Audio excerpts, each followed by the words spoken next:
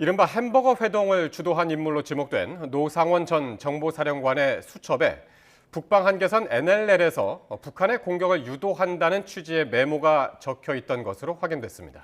계엄의 정당성을 확보하기 위해 북한과의 충돌까지 계획한 건 아닌지 의심되는 정황인데 내란죄에서 외환죄까지 수사가 확대될지 주목됩니다. 먼저 윤웅성 기자가 보도합니다. 햄버거 가게에 전현직 군인들을 불러놓고 비상계엄 관련 논의를 한 노상원 전 정보사령관의 수첩을 경찰 특별수사단이 확보했습니다. 노 전 사령관이 실거주한 것으로 전해진 경기 안산의 점집에서 찾은 이 수첩은 손바닥 크기의 60여 쪽 분량으로 비상계엄 관련 많은 내용이 적혀 있었던 것으로 파악됐습니다. 경찰은 이 가운데 NLL에서 북의 공격을 유도라는 표현이 있었다고 밝혔습니다. 서해 NLL은 북한의 황해도 지역과 인접해 연평해전 등 국지적인 군사 충돌이 잦았던 곳입니다. 경찰은 이뿐 아니라 수첩에 오물풍선이라는 단어도 있었다고 밝혔습니다. 오물풍선이라는 표현들이 들어 있었습니까? 수첩에? 있었던 걸로 기억합니다. 그런 만큼 계엄을 정당화하기 위해 북한과의 충돌까지 계획한 것 아닌지 의심이 드는 정황입니다. 경찰은 다만 실제로 NLL에서 북한을 자극하는 행동이 있었는지는 확인되지 않는다고 설명했습니다. 앞서 더불어민주당 등 야당은 김용현 전 국방부 장관의 무인기 평양 투입 지시 의혹 보도 등을 근거로 김 전 장관과 윤석열 대통령을 외환죄 가운데 일반 이적죄 혐의로도 고발했습니다. 우리나라의 군사상 이익을 해치거나 적국의 군사상 이익을 준 경우를 말합니다. 경찰은 윤 대통령에게 이 혐의를 적용할지 검토하는 가운데 노 전 사령관의 수첩 메모를 실마리로 내란죄에서 외환죄까지 수사가 확대될지 주목됩니다. YTN 윤웅성입니다. 노상원 전 사령관의 수첩에는 또 정치인과 판사, 언론인과 종교인 등이 수거 대상으로 적혀 있었고 급기야 사살이라는 표현도 있었던 것으로 파악됐습니다. 계엄군이 주요 인사들 외에도 광범위한 체포작전을 계획했다는 의혹이 커지고 있습니다. 보도에 정현우 기자입니다. 노상원 전 정보사령관의 수첩엔 국회 봉쇄라는 표현이 있었다고 경찰은 설명했습니다. 그런데 실제로 계엄 선포 직후 일반인은 물론 의원들의 국회 출입이 통제됐습니다. 계엄사령관으로부터 어떤 지시를 받았어요? 국회를 통제해달라는 요청이 있었고 수첩에 적힌 구상대로 진행된 정황으로 보이는데 경찰은 여기에 정치인과 언론인, 종교인 노조, 판사와 공무원 등이 수거 대상으로 적혀 있었다고 말했습니다. 수거는 체포를 의미하는 것으로 해석된다며 이들에 대한 수용 및 처리 방법도 언급돼 있었다고 경찰은 설명했습니다. 특히 이 가운데 실명이 써 있는 사람도 있었다고 밝혔습니다. 경찰은 여기에 더해 수첩에 사살이라는 표현도 있었다고 밝혔습니다. 사살이라는 표현이 있었습니까? 왜냐하면 제가 여기서 너무 그러니까 조사한 사실이 부합한다라고 보면 되겠죠. 부합합니다. 계엄 당시 군에서 주요 인사 체포조를 운영하고 경찰의 지원을 요청했다는 의혹에 대해선 수사가 한창입니다. 방첩사 수사 조정과장이라고 했고요. 네, 통화 중에 체포조라는 이야기 들었습니까? 예, 체포조라는 얘기는 들었습니다. 그런데 계엄군이 지금까지 알려진 주요 인사들 외에도 광범위한 체포 작전을 펼치며 사회 전반을 통제할 계획을 세웠다는 의혹이 커지고 있습니다. YTN 정윤우입니다. 햄버거집에서 비상계엄을 사전 모의했다는 의혹 등을 받는 노상원 전 정보사령관이 내일 검찰에 넘겨집니다. 경찰 비상계엄 특별수사단은 내일 오전 내란 실행 혐의를 받는 노 전 사령관을 구속 송치할 예정입니다. 노 전 사령관은 두 차례에 걸쳐 문상호 정보사령관 등을 만나 계엄을 사전에 모의하고 계엄 당시 중앙선거관리위원회에 정보사령부 요원들을 투입하거나 선관위 직원들을 체포, 납치하려 했다는 혐의를 받고 있습니다. 검찰 비상계엄 특별수사본부는 오는 28일 김용현 전 국방부 장관의 구속 만기를 앞두고 혐의를 다지기 위해 오늘 김 전 장관을 소환해 조사하고 있습니다. 고위공직자범죄수사처 역시 지난 21일 검찰의 협조를 받아 김 전 장관을 조사할 계획이었지만 김 전 장관 측 거절로 조사가 무산된 것으로 확인됐습니다. 검찰은 김 전 장관을 상대로 비상계엄 전후 국무회의 진행 상황과 계엄 선포문, 포고령의 작성 경위 등을 확인하고 조만간 재판에 넘길 전망입니다. 검찰이 계엄 당일 방첩사령부로부터 구금시설로 쓸 수 있는 곳을 검토해달라고 요청받은 의혹을 받는 육군 수도군단의 군사경찰당 관계자를 조사하고 있습니다. 검찰 비상계엄 특별수사본부는 오늘 백철기 수도군단 군사경찰단장을 참고인 신분으로 불러 조사하고 있습니다. 검찰은 백 단장이 방첩사로부터 구금시설 관련 요청을 받은 적이 있는지 등을 확인할 것으로 보입니다. 앞서 김대우 방첩사 수사단장은 국회에서 육군 수도방위사령부 안에 있는 벙커에 체포자를 가둘 시설이 있는지 확인하라고 지시받았다고 증언했습니다. 네, 비상계엄이 있은 지 20일, 또 공조수사본부가 출범한 지 열 이틀이 지났지만 대통령실은 수사에 전혀 응하지 않고 있습니다. 대통령실 압수수색도 2차례 실패한 가운데 경찰은 비화폰 통신 기록과 같은 중요 자료를 보존하라고 요청했습니다. 장하영 기자입니다. 공조수사본부가 대통령 비서실과 경호처에 12.3 비상계엄 당시 사용됐던 비화폰에 대한 자료 보존을 요청했습니다. 비화폰 통신 내용은 대통령 경호처 서버 압수수색을 통해서만 가능한데 지난 11일과 17일 압수수색이 경호처 비협조로 실패하자는 고육지책입니다. 2차에 걸쳐서 압수수색 시도를 했지만 어쨌든 경호처가 불응해서 집행 못했습니다. 그래서 저희가 일단 중요 자료에 대한 보존 요청을 하는 공문을 발송해 놓은 상태입니다. 지난 17일 압수수색하려던 비화폰은 계엄 당일 윤석열 대통령과 6차례 통화한 도지호 경찰청장 겁니다. 도 청장은 국회에서 대통령과의 통화 사실을 부인하다가 수사 과정에서 통화를 했지만 지시에 따르지 않았다고 입장을 바꿨습니다. 잠깐만요. 그 말씀을 못 조 해준다. 청장, 예, 대통령이 직접 전화하셨습니까? 아닙니다.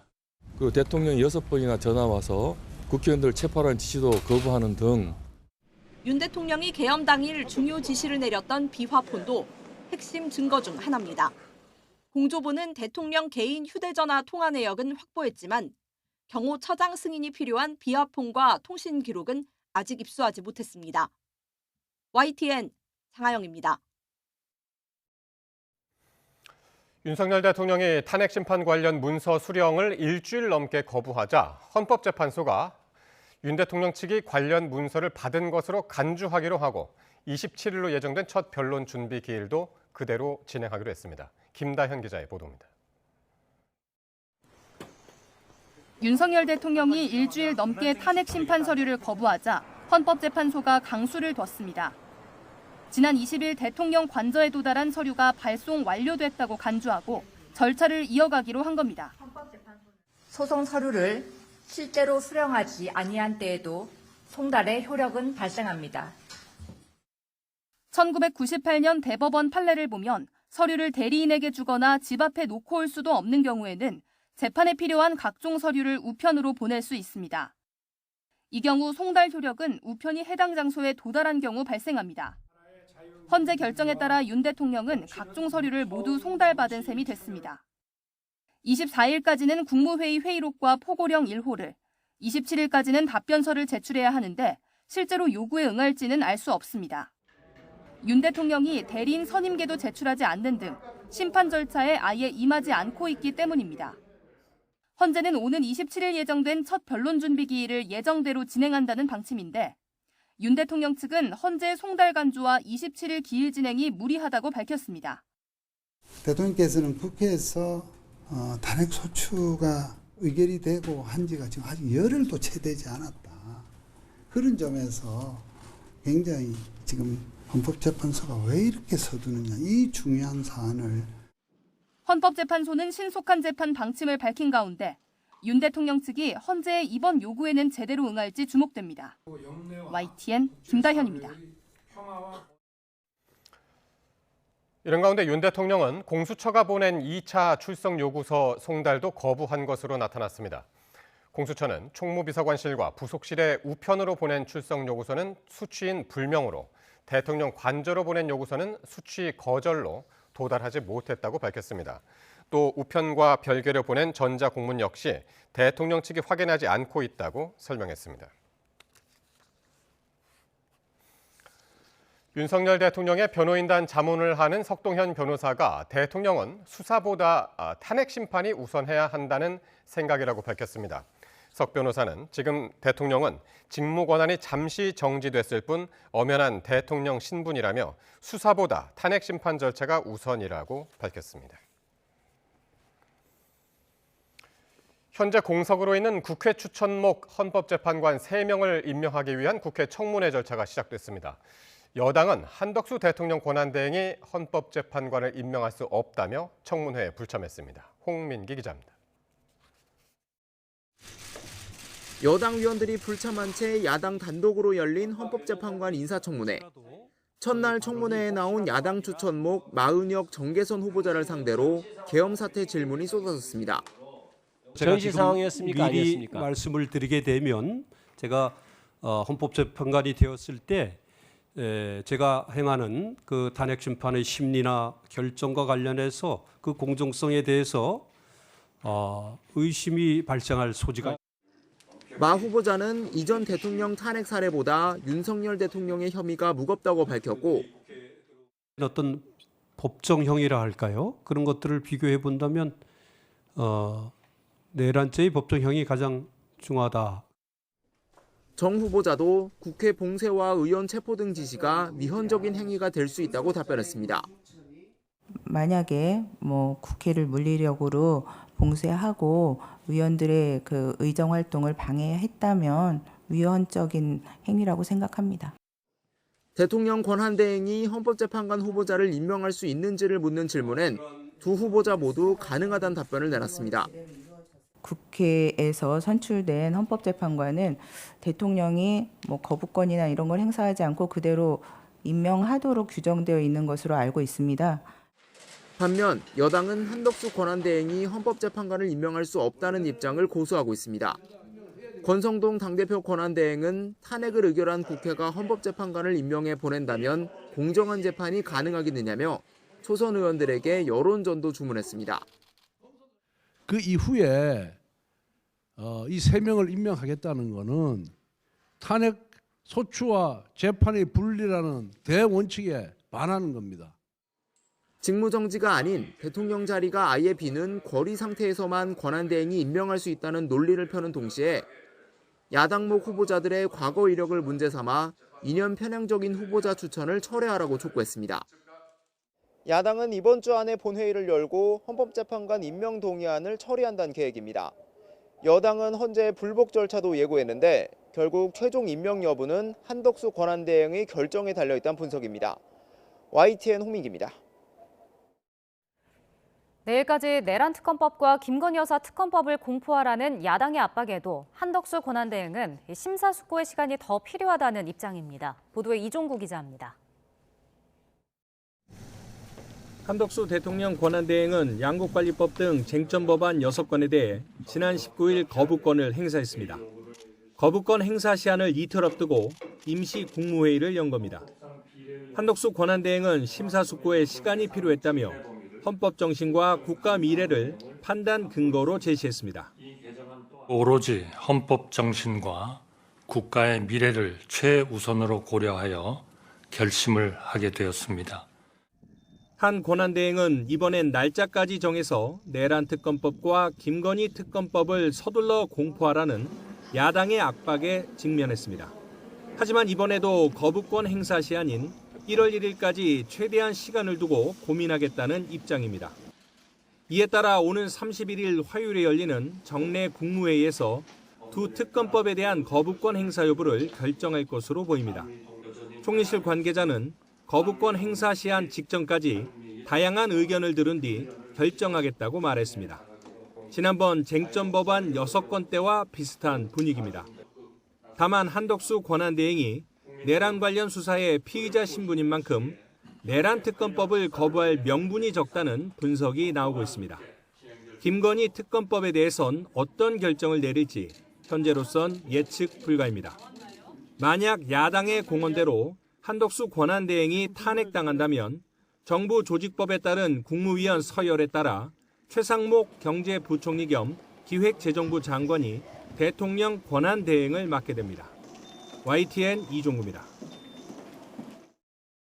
한편 민주당은 한덕수 권한대행을 향해 내일까지 특검법을 공포하지 않으면 탄핵을 추진하겠다고 압박했습니다. 국민의힘은 탄핵 인질극을 벌이고 있다며 반발했습니다. 보도에 이준혁 기자입니다. 민주당은 특검 절차 지연은 내란 대행임을 자인하는 꼴이라며 한덕수 대통령 권한대행을 정추준했습니다. 국민의힘을 향해서도 내란 동조당이란 말에 반발할 게 아니라 내란 동조를 안 하면 된다면서 내일까지 내란 특검과 김건희 여사 특검법을 수용하라고 목소리를 높였습니다. 후세대들이 어떻게 평가할지도 조금은 생각하고 사시기 바랍니다. 현직 대통령의 내란 행위를 사실상 방치하고 있는 것입니다. 당내 일각에선 한 대행은 물론 국무회의 다른 참석자들까지 탄핵해 국무회의 자체를 못 열게 하면 거부권에 피해 밀린 법안들을 공포할 수 있다는 강공책까지 제기됐습니다. 한덕수 대행을 직무유기로 고발하는 방안을 포함해 신속하고 철저한 내란 단죄를 위한 모든 수단과 방법을 강구할 것입니다. 이에 국민의힘은 민주당이 원하는 대로 하지 않으면 언제든 찌르겠다는 인질극을 벌이고 있다고 맹비난했습니다. 국무총리가 아닌 대통령 권한대행 탄핵이기 때문에 의결 정족수가 대통령에 해당하는 200석이라는 주장도 또 한 차례 강조했습니다. 국무총리 탄핵이라는 칼을 대통령 권한대행의 목에 들이대고서 민주당이 원하는 대로 해주지 않으면 찌르겠다는 탄핵 인질극입니다. 특검법의 제2요구권 행사를 건의하는 동시에 국회목 헌법재판관 임명안이 야당 단독으로 국회를 통과하면 권한쟁의 심판과 효력정지 가처분을 청구하겠다며 총력 대응도 시사했습니다. 국회 추천 몫에 3명의 헌법재판관이 구성되는데 여기서 국회 추천 몫이라는 의미는 당연히 여야 합의를 전제로 하는 것입니다. 이런 가운데 우원식 국회의장 역시 한 대행을 향해 오늘 중으로 내란 상설특검 후보자 추천 의뢰를 이행하라고 요구했습니다. 애초 민주당 내에선 국정 공백을 우려해 한덕수 대행 탄핵에 신중론이 상당했지만 끝모를 여야 대치로 탄핵 불가피론에 힘이 실리면서 불안정한 정국이 계속되고 있습니다. YTN 이준엽입니다. 국무총리실이 국무위원 가운데 5명이 추가로 탄핵소추안이 의결돼 직무가 정지되면 국무회의 안건 의결이 불가능하다고 밝혔습니다. 총리실 고위 관계자는 오늘 기자들과 만나 국무회의 의사 의결 정족수와 관련한 질문에 국무위원 5명이 더 탄핵소추되면 참석 가능한 인원은 10명만 남는다며 이같이 답했습니다. 또 우원식 국회의장이 한덕수 권한대행에게 상설특검 후보자 추천을 의뢰하라고 공개적으로 요구한 데 대해선 정치권의 생각도 다르고 해석의 문제도 다양하다며 쉽게 결론 낼 수 있는 문제는 아니라고 말했습니다. 중앙선거관리위원회가 기존 입장을 뒤집고 이재명은 안 됩니다라는 문구가 포함된 현수막을 사용할 수 있다고 결정했습니다. 보도에 강민경 기자입니다. 선관위가 노태학 위원장 주재로 전체 회의를 열고 민주당 이재명 대표를 비판하는 현수막을 걸 수 있다고 최종 판단했습니다. 앞서 이재명은 안 됩니다라는 내용의 현수막을 쓸 수 없다고 한 구두 통지를 뒤집은 겁니다. 선관위는 사회 변화와 국민 눈높이를 고려해 정치적 표현의 자유를 폭넓게 보장하는 방향으로 공직선거법 제254조를 운용하기로 했다고 설명했습니다. 윤석열 대통령에 대한 헌법재판소의 탄핵 심판 결정이 진행 중인 만큼 이재명은 안 됩니다라는 부분도 사전 선거운동이 아닌 단순한 정치 구호로 볼 수 있다는 겁니다. 현수막 논란은 지난 19일 국민의힘 정현욱 의원이 자신의 지역구에 이 문구를 걸려 했다가 불가방침을 받았다고 공개한 데서부터 시작됐습니다. 당시 조기 대선 가능성이 나오는 상황에서 특정 후보의 낙선을 목적으로 하는 사전 선거운동은 안 된다는 게 선관위의 설명이었습니다. 하지만 윤석열 탄핵 불참, 정현욱도 내란 공범이다고 주장한 조국혁신당 현수막은 허용됐다는 사실이 알려지자 국민의힘은 즉각 날을 세웠습니다. 선관위가 무슨 권한과 자격으로 윤석열 대통령 탄핵 인용을 사실상 기정사실화하면서 조기 대선을 운운할 수 있다는 것인지 되묻고 싶습니다. 반발이 잇따르자 선관위는 섣부른 결정이었다며 일단 물러섰습니다.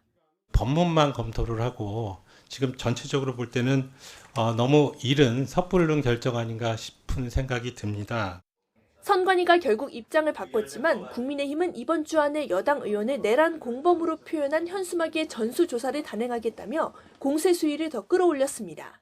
내란 공모 등등 해서 이제 현수막이 붙고 있는데 확정되지 않은 사실에 대해서 공표하는 것이기 때문에 법적 대응이 불가피해 보이고요.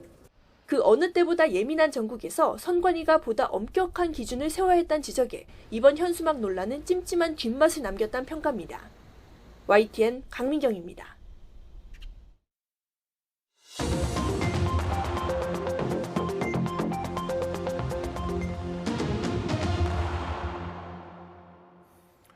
정치권 관심 뉴스 짚어보는 포커스 나이트 시간입니다. 오늘은 최수영 정치평론가, 최진 대통령 리더십 연구원장과 함께하겠습니다. 두 분 어서 오십시오. 네, 안녕하십니까. 안녕하십니까. 네, 윤 대통령이 탄핵 심판 관련 서류를 일주일 넘게 받지 않으니까 헌법재판소가 발송하고 도착한 걸 근거로 해서 받은 것으로 간주하겠다라고 결론을 지었습니다. 이에 대해서 석동현 변호사가 윤 대통령의 의중을 또 전달했는데요. 차례로 한번 듣고 오시겠습니다.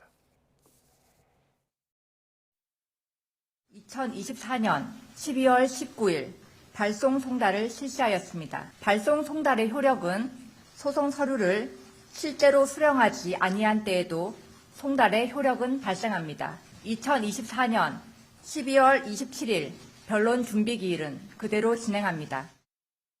대통령께서는 국회에서 탄핵 소추가 의결이 되고 한 지가 지금 아직 열흘도 채 되지 않았다. 그런 점에서 굉장히 지금 헌법재판소가 왜 이렇게 서두느냐, 이 중요한 사안을 대통령께서는 어쨌든 이 주제가 굉장히 단순히 어떤 사고에 대한 단일한 사고에 대한 재판이 아니다. 이거를 무슨 수사기관에서 수사관 앞에서 그 제한된 밀폐된 그 공간에서 무슨 그 수사관 앞에서 수사관이 묻고 거기에 답하는 식으로서 대통령의 이러한 헌법적 권한 행사에 대한 어떤 평가, 판단을 한다는 것은 좀 정말 아니다 하는 생각을 대통령이 하시는 듯 합니다. 수사기관이 묻는 거에만 대답을 해야 됩니다. 수사관이 안 물으면 대통령이 그 심중에 있는 그 수많은 국정, 결국은 왜 이렇게 비상계엄까지 하게 됐는지 하는 그 부분에 우리는 주목을 해야 됩니다. 그러니까 대통령 입장에서는 탄핵 심판이 우선이다. 네, 석동현 변호사 얘기까지 들어봤는데요. 먼저 헌법재판소가요. 결국에는 서류가 송달됐다고 간주하기로 결론을 내렸습니다. 탄핵 심판 첫 변론 준비 기일도 오는 27일 예정대로 진행하기로 했고, 먼저 이 헌법재판소의 판단을 어떻게 보십니까? 저는 적절했다고 봅니다. 왜냐하면 지금 현재 우리 탄핵 심판론은 우리 형사소송법을 준용하도록 이미 돼 있습니다. 그렇다면 이제 서류 송달은 사실은 심리의 실체적 진실 쟁점을 다투는 게 아니잖아요. 일종의 형식적 절차에 불과한 거니까 실제로 이제 27일부터 시작이 되는 거잖아요. 이제 여기 관련된 서류를 받았냐 안 받았냐 이제 그거 얘기인데 이쪽 아마 대통령 측에서는 이제 변호인단이 구성되지 않았기 때문에 그걸 수령했을 때 재판이 바로 시작이 되니까 그렇다면 여기에 대한 방어 논리, 그다음에 이제 변론 전략, 그다음에 사실 내란죄라는 게 아무도 다뤄보지 않은 영역이기 때문에 과연 이제까지 대통령 주변에 있는 특수부라든가 형사법 전문가들이 이건 잘할 수 있느냐 아마 그런 측면에서 얘기는 되겠지만 현재는 이게 국민의 이목이 집중된 사건에 대해서 더 이상 이렇게 말하자면 형식적인 그런 절차 가지고 이렇게 시간을 끌면은 오해받을 수도 있고 그다음에 나중에 이제 심리 절차에도 좀 약간 지연될 수도 있다고 판단해서 저는 속행을 한 것 같은데 이 부분은 저는 헌재의 판단을 존중해야 된다고 생각합니다. 그러니까 윤 대통령이 지금 일주일 넘게 안 받았는데 예전 사례를 보면 노 전 대통령하고 박근혜 전 대통령 좀 일찍 받았던 것 같은데요. 네, 그렇습니다. 두 분 다 당일날 그리고 하루 만에 다 받았죠. 근데 이렇게 송달 서류 자체를 거부한 경우는 이 재판 전체를 거부하는 거 아니냐라는 그런 상당히 좀 비판을 받을 수가 있죠. 조금 전에 석동현 변호사가 탄핵된 지 10일밖에 안 됐다라고 했는데 아직 10일이나 됐습니다. 열흘은 안 됐지만은 벌써 많은 시간이 흘렀는데 송달도 되지 않았다. 그래서 일반 국민들에게 상당히 좀 낯선 용어, 송달, 간주, 송달된 걸로 간주하겠다라는 이제 표현까지 나왔지 않습니까? 그래서 저는 헌재가 조치는 바람직하다고 보는 거고 헌재가 가장 신경을 써야 될 거는 국민들에 대한 민심, 말하자면 이 재판의 공정성입니다. 근데 자꾸 윤석열 대통령이 재판을 질질 끄는 것 같은 느낌을 주는데 헌재가 그대로 방관한다? 이거는 안 되는 거거든요. 그래서 예. 빨리 신속하게 지금 바로 송달 간주하고 후속 절차로 넘어가는 게 바람직하다고 보고 예. 헌재의 판단, 결정은 아주 적절했다고 봅니다. 그러니까 지금 그래픽으로 보입니다만은 노무현 전 대통령은 서류 송달을 그 받은 것이 탄핵소추안이 통과된 다음에 그 다음 날이었고 박근혜 전 대통령은 이제 당일날 받았고 윤석열 대통령이 지금 일주일 넘게 받지 않고 있는 그런 상황이어서 헌법재판소가 이제 그렇게 결단을 했는데 근데 실제로 지금 그 변호인단, 그러니까 대리인단 아직 그 구성도 안 됐고 선계도 제출하지 않은 상태여서 이대로 계속 재판 절차가 계속 진행이 될 수 있을까 하는 의구심도 여러 군데에서 지금 나오고 있거든요. 사실 뭐 그런 징후들이 좀 보여요. 왜냐하면 뭐 대통령도 뭐 내란죄로 기소된 것과는 별개로 대통령도 우리 국민의 한 명이잖아요. 그러면 충분히 이런 사법 절차에서는 방어권이 정당하게 행사가 돼야죠. 그리고 충분하게 또 행사가 돼야죠. 그런 측면에서 준비하고 그다음 변호인단에 대해서 구성을 하고 전략을 짜는 건 저는 충분히 받아들여줘야 한다고 생각합니다. 다만 이제 이것이 헌재 심리에 너무 늦게까지 이제 그 좀 말하자면은 이렇게 너무 시일을 좀 끝나는 오해를 줘서는 안 되겠죠. 근데 실제로 보면은 대통령 주변에 지금 뭐 김홍일 전 그 방송통신위원장 한 분 정도만 거론되고 나중에 한두 번 정도 이름이 더 거명되지만 정확한 걸 모르겠어요. 근데 사실은 우리 헌법 우리가 이제 사실 우리 이제 정부 수립 이래 실제로 내란죄로 국가원수가 기소되고 재판받고 했던 것은 전두환, 노태우 두 사람이 처음입니다. 그때 이제 검찰이 기소를 해가지고 이제 유죄 판결 사형 언도를 이끌어냈고 이제 결국 무기로 감형이 됐죠. 그렇기 때문에 사실은 이제 대통령 주변에 특수부검사 출신이나 형사법 전문가들이 많긴 하지만 과연 이 부분을 논리적으로 쟁점적으로 잘 다투고 그다음에 심리에 좀 대비할 수 있는 사람들이 있는가 아마 이 부분도 고르겠고 또 올드한 분들도 계시지만 그다음에 실질적으로 이제 타이핑하거나 서류 작성하거나 논고의 방어의 전략을 쓰거나 하는 일종의 실무형 또 40대 정도 되는 변호사들도 좀 있어야 되는데 전체적으로 뭐 한 명 이상만 변호인단을 꾸리면 되지만 이렇게 사안이 중대하고 국민적 이목이 높은 사안에 대해서는 저는 최소한 10여 명 정도가 꾸릴 거라고 보기 때문에 아마 이 인원을 채우는 게 그렇게 좀 녹록한 상황, 뭐 현직 대통령이니까 쉽지 않겠냐 생각하는데 아마 그것과는 좀 다른 형태로 진행될 수도 있다라고 저는 생각합니다. 그와 관련된 비슷한 얘기를 천하람 의원이 오늘 해가지고 이따가 한번 들을 기회가 있을 것 같고요.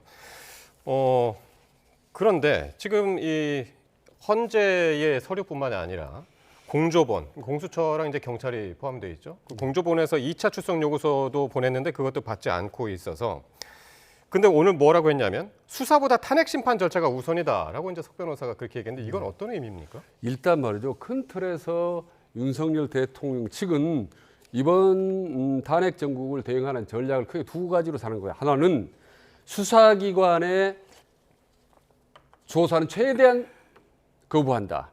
그다음에 헌재 심리는 최대한 지연한다. 이 두 개의 큰 틀은 아마 정해놓고 하는 것 같은데 이 두 전략, 투 트랙을 하는데 상당히 법적으로 문제가 사실 많이 허점이 많을 것 같아요. 새삼스럽게 일테면 대리인이 뭐 선임 안 한다든지 재판을 지연하든지 이럴 때 바로 법적으로 어떻게 대응을 해야 되는 이런 많은 법적인 허점이 많이 드러나는 것 같아요.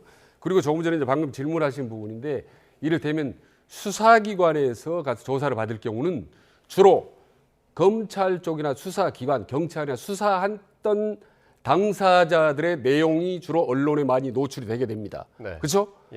근데 헌재는 반면에 윤석열 대통령 측이 얘기했던 내용들이 주 언론에 노출이 되겠죠. 그러니까 윤석열 대통령 측 입장에서는 본인들의 메시지, 보수를 향한 강력한 정치적 메시지를 내기에는 헌재가 훨씬 더 유리하죠.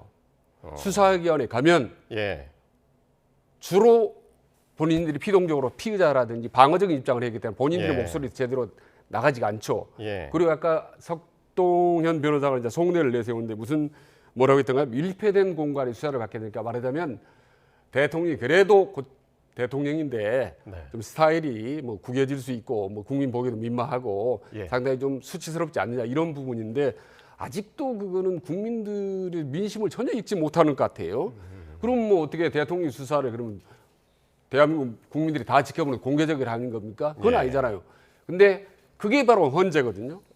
그래서 헌재에서 공개된 장소에서 하기를 원하는 거지 밀폐된 장소에서 해서 검찰 측이나 경찰의 내용들이 받고 언론에 노출되는 것 이거는 원치 않은 것 같다. 말하자면 자기가 하고 싶은 말, 자기가 원하는 방향 이번 재판을 해 나가겠다라는 예. 윤석열 대통령의 그런 우중이 아주 적나라하게 드러났다고 지금 봅니다. 최 원장께서 말씀하셔서 다시 석 변호사의 얘기를 다시 보니까 그런 것 같네요. 그러니까 비상계엄을 통해서 지금 수사는 내란죄에 초점이 맞춰 있는데 그것보다도 왜 이렇게 비상계엄까지 하게 됐는지 주목해야 된다라고 이렇게 얘기를 해서 그 계기, 비상계엄을 왜 내렸느냐 이 부분을 부각시키기 위해서 탄핵 심판을 먼저 받는 게 중요하다. 이런 요지로 들리네요. 그렇죠. 그러니까 수사는 내란이라는 데에 한정되어서 거기에 구체적으로 그럼 현장 지휘관들에게 대통령이 뭘 지시했느냐, 어디까지 개입했느냐, 그다음에 그들이 어디까지 지시받고 어디까지 움직였느냐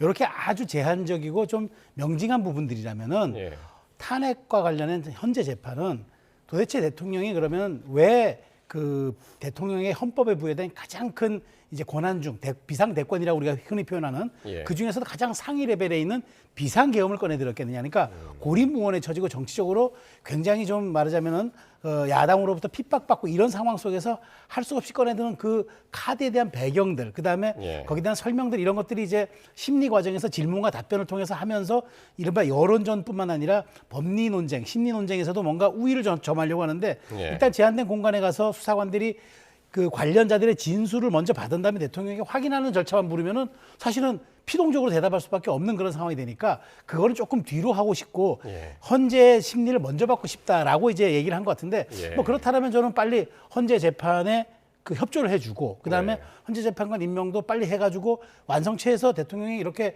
탄핵 심리를 제대로 다퉈보는 것도 그런 전략이라면 저는 방법이겠다. 그러면 합당한 전략일 수도 있겠다는 생각이 드는데 그렇다면 빨리 헌재 구성과 헌재에 대한 완벽한 체제에서의 심리 진행이 그것도 병행이 돼야 되겠죠. 그러니까 윤 대통령이 검찰 수사에 대해서 너무 잘 알기 때문에 이런 방식을 지금 택하지 않았나. 뭐 그런 부분도 합니다. 있고요. 보니까 기본적으로 지금 윤석열 대통령의 생각은 뭐 최근에 나오지 않습니까? 무슨 노상원의 뭐 수첩이 무슨 사살인이 무슨 뭐 수거 대상이니 뭐 종교인조차도 뭐 판사 공무원까지도 뭐 수거는 이제 쓰레기 수거할 때 얘기하셨으니까 이런 것들은 중요하지 않다 이렇게 보는 거예요. 이런 거 뭐 군인들이 뭐 군 투입하고 뭐 이런 것들은 그거는 부차적인 문제고 내가 대통령 왜 그렇게 할 수밖에 없는지 계엄에 하게 된 그 근본적인 원인 제공을 누가 했는지 이런 걸 얘기하고 싶다는 거죠 지금. 그러니까 말하자면 법률적인 것 이런 건 헌법 위반한 거 이거 필요 없고 내 생각 윤석열 대통령 본인의 생각 정치적 메시지가 중요하다고 보는 거죠. 그러니까 정말 윤 대통령 측과 국민들의 생각은 거의 뭐 지구인과 뭐 화성인만큼 완전히 다른 거죠. 보는 거나 생각하는 거 뇌 구조 자체가 완전히 지금 다른 상태가 아마 당분간 계속 될 것 같다는 생각이 듭니다. 근데 아까도 잠깐 말씀 나눴었는데 윤 대통령이 이 탄핵 심판 대리인단 구성을 아직까지도 하지 않은 것이 재판 지연과 관련돼 있을 것이다라고 하는 의견이 있는 반면에 이게 구성 자체에 난항을 겪고 있는 것이다라는 의견도 나왔는데 천하람 개혁신당 원내대표의 발언 한번 들어보시겠습니다.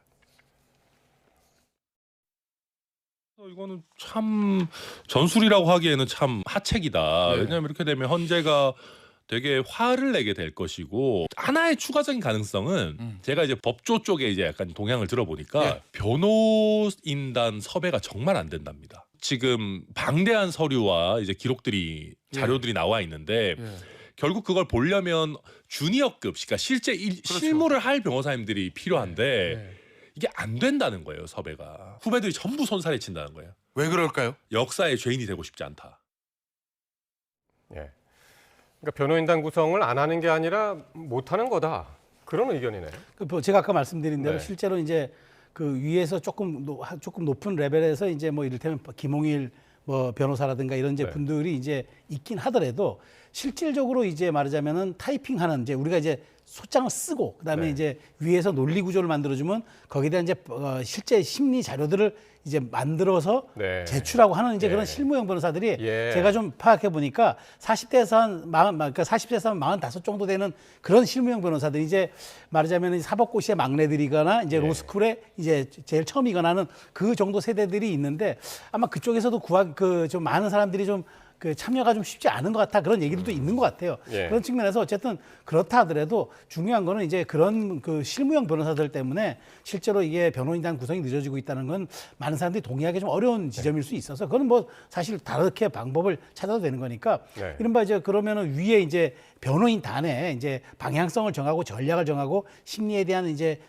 말하자면은 구체적인 그 이제 윤 대통령 측의 변론 논리들을 만드는 그런 분들만 구성된다면 나머지는 조금 실무형이기 때문에 네. 이런 것들이 약간 제약 요인이거나 혹은 말하자면 현실적인 좀 약간 방해 요인은 되겠지만 네. 이걸 이유 삼거나 혹은 이걸 핑계 삼아서 얘기했을 때는 사실 이건 또 오히려 더 그 정도도 안 되느냐라는 또 반면에 네. 그런 또 얘기가 나올 수 있어서 여기는 좀 그 빨리 윤 대통령 측 변호인단들이 좀 서둘러야 될 것 같습니다. 최 원장님은 어떻게 보시나요? 그러니까 지금 대충 거론되는 사람들이 2-3명 있잖아요. 네. 근데 그거 가지고 안 되는 거잖아요, 이 규모가. 예. 예. 그러니까 일각에서는 이미 상당 부분이 구축 여론조사 변호인단이 예. 구축이 됐는데 이게 선임을 하지 않는다. 일부러 지연시키려고 하면 이런 얘기도 있습니다만은 네. 저는 둘 다라고 봅니다. 말하자면 지연하는 것도 있고 또 변호인단을 구성하기도 힘들다라는 거죠. 그래서 지금 뭐 어느 변호인단들이 뭐 역사의 죄인이 되기는 싫다. 뭐 이렇게 해서 이제 거절한다는 얘기들이 많이 있지 않습니까? 예. 그리고 실제로 이제 몇 명은 이제 윤석열 대통령 워낙 27년 동안 검사를 했기 때문에 그 위에 이제 법조인들이 없겠습니까? 그런데 더 빨리 구성해서 또 헌재에 응하기보다는 일단 뭐 모든 거 가능하면 지연하거나 뭐 거부하거나 이게 기본적인 원칙이기 때문에 일단 변호인 대리인 말하자면 선임도 최대한 아마 미룰 것 같습니다. 미룰 것 같습니다. 예, 알겠습니다. 자, 주제를 조금 옮겨봐서요. 민주당이 지금 이제 한덕수 권한대행에 대한 탄핵 카드를 쥐고 특검법 공포에 대한 압박 수위를 계속 높이고 있습니다. 여당의 반발이 또 만만치 않은데 관련 발언들 듣고 오시겠습니다. 한덕수 총리가 시간을 지연하는 것은 헌법을 준수할 의지가 없다는 것임을 보여주는 것이자 총리 자신이 내란 대행임을 자인하는 꼴입니다. 한덕수 총리는 내란 대행을 포기하고 즉시 상설특검 후보 추천을 의뢰하고 내란 특검법과 김건희 특검법을 공포하십시오. 한덕수 총리가 24일까지 특검법을 공포하지 않는다면 민주당은 그 즉시 엄중하게 책임을 묻겠습니다. 즉시 절차를 밟겠습니다. 국무총리 탄핵이라는 칼을 대통령 권한대행의 목에 들이대고서 민주당이 원하는 대로 해주지 않으면 찌르겠다는 탄핵 인질극입니다. 야당에 묻습니다. 한덕수 권한대행을 대통령 권한대행으로서 탄핵하겠다는 것입니까? 국무총리로서 탄핵하겠다는 것입니까? 한덕수 대행의 탄핵 소추가 진행된다면 이는 명백히 대통령 권한대행에 대한 탄핵입니다. 야당은 대통령 권한대행으로서 직무집행에 대한 책임을 묻는 탄핵 소추문을 발의해야 하고 국회는 이에 따라 대통령 탄핵 소추에 준하는 대통령 권한대행 탄핵 절차를 밟아야 합니다. 예, 민주당은 내일까지 24일 내일까지 내란 특검법 그리고 김건희 여사 특검법 공포해라. 그렇지 않으면 한덕수 대통령 권한대행 탄핵시키겠다. 그리고 여당에서는 이거 탄핵 인질극이다 이거는. 그러면서 이제 반대를 하고 있는데 지금 정부에서는 그러니까 한 권한대행도 내일은 상정하기 어렵다. 이런 입장을 낸 거죠. 그렇죠. 아니, 이 법안에 그 거부권 행사의 데드라인이 올해 말입니다. 12월 32일. 그러니까 정확하게 1월 1일인데 1월 1일은 이제 휴일이니까 설날이니까 이제 안 되는 거고.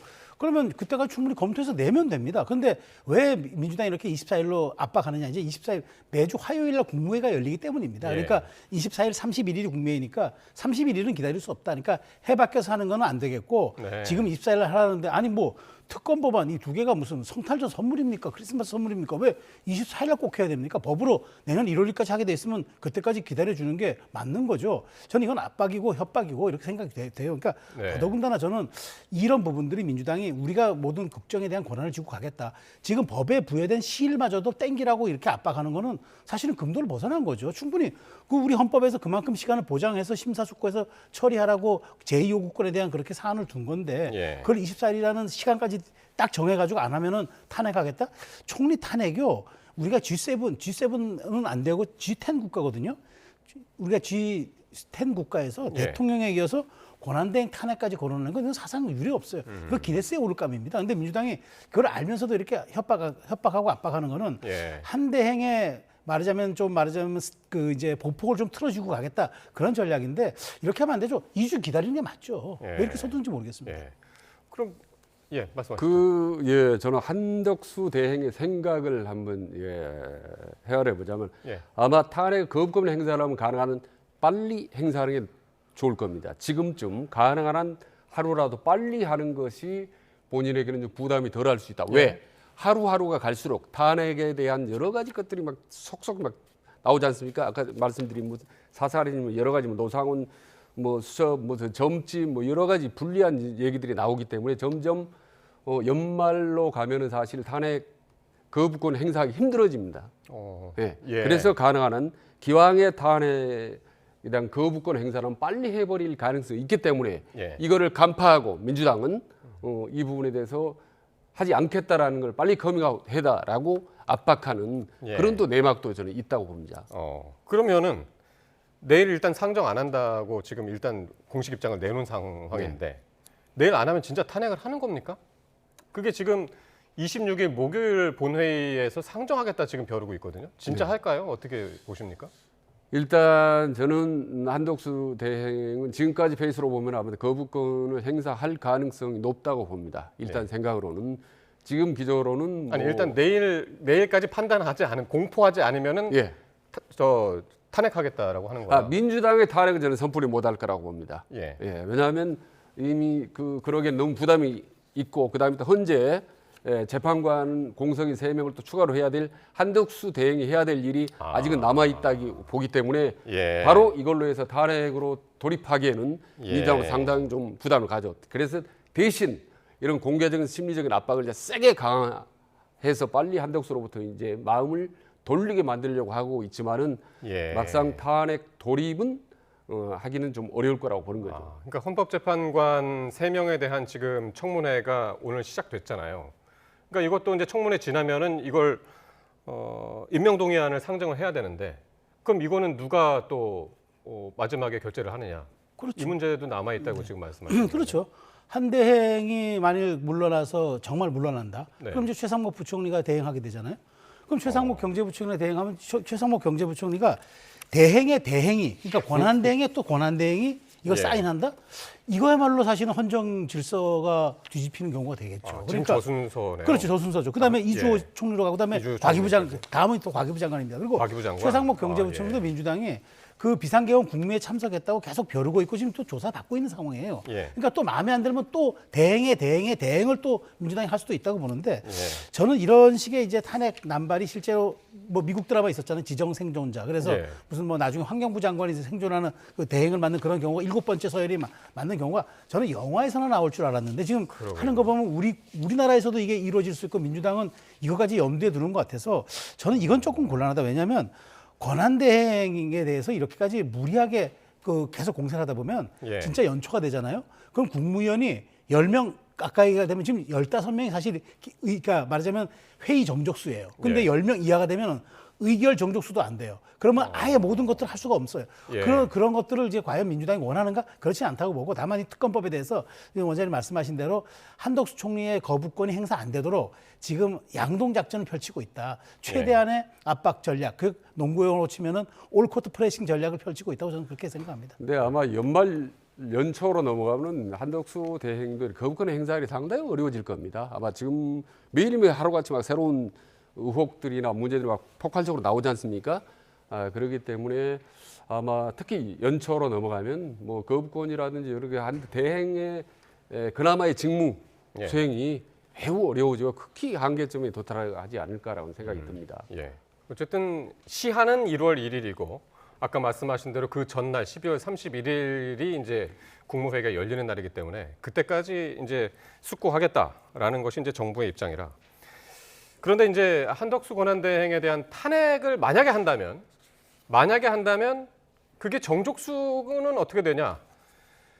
국무위원 지금 국회 인원의 과반이냐 3분의 2냐 하는 게 지금 어떤 기준으로 이게 논란이 되는 건가요? 그러니까 이제 국무위원, 그러니까 총리까지는 그 제적 300명의 과반만 150명만 찬성하면은 탄핵이 됩니다. 근데 대통령은 200명, 그 탄핵 기준선이 200명이잖아요. 3분의 2. 3분의 2니까. 그런데 한덕수 권한대행은 지금 총리가 아니라 권한대행의 신분이니까 대통령에 준해야 된다. 제가 보니까 이게 국회 사무처가 낸 자료가 하나 있어요.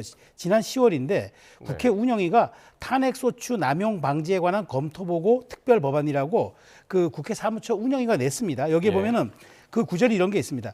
대통령에 대한 가중된 요건을 대통령 직무대행자의 경우에도 동일하게 적용하는 것은 지위와 직무의 역할을 고려할 때 적절하다. 즉 대통령의 기준이 적용되다. 물론 이게 법은 아니에요. 그러니까 검토 실무형 이제 검토 보고인데 그게 10월에 나왔어요. 국회 사무처 운영위에서. 운영위원회에서. 그러니까 하도 탄핵 소추 남용 방지에 관한 이제 검토 보고를 한번 해보자고 해서 아마 전문위원이 이제 수석 전문위원이 낸 것 같아요. 그러니까 이게 의견을 낸 거죠. 의견을 이제 검토 보고니까. 그런데 여기에 본 그대로 지금은 총리가 아니잖아요. 총리가 아니고 권한대행이면은 권한을 대행하는 역할, 즉 대통령의 직무에 기준이 맞춰져야 된다.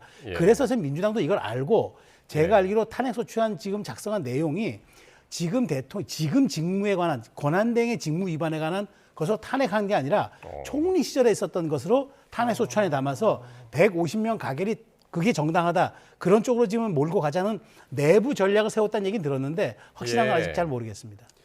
탄핵 정주수 논란이 벌써 어제부터인가요? 지금 그 온종일, 오늘 하루 종일 좀 논의가 되고 있는데 법조인 중에 누구 하나도 명확히 얘기한 사람 없습니다.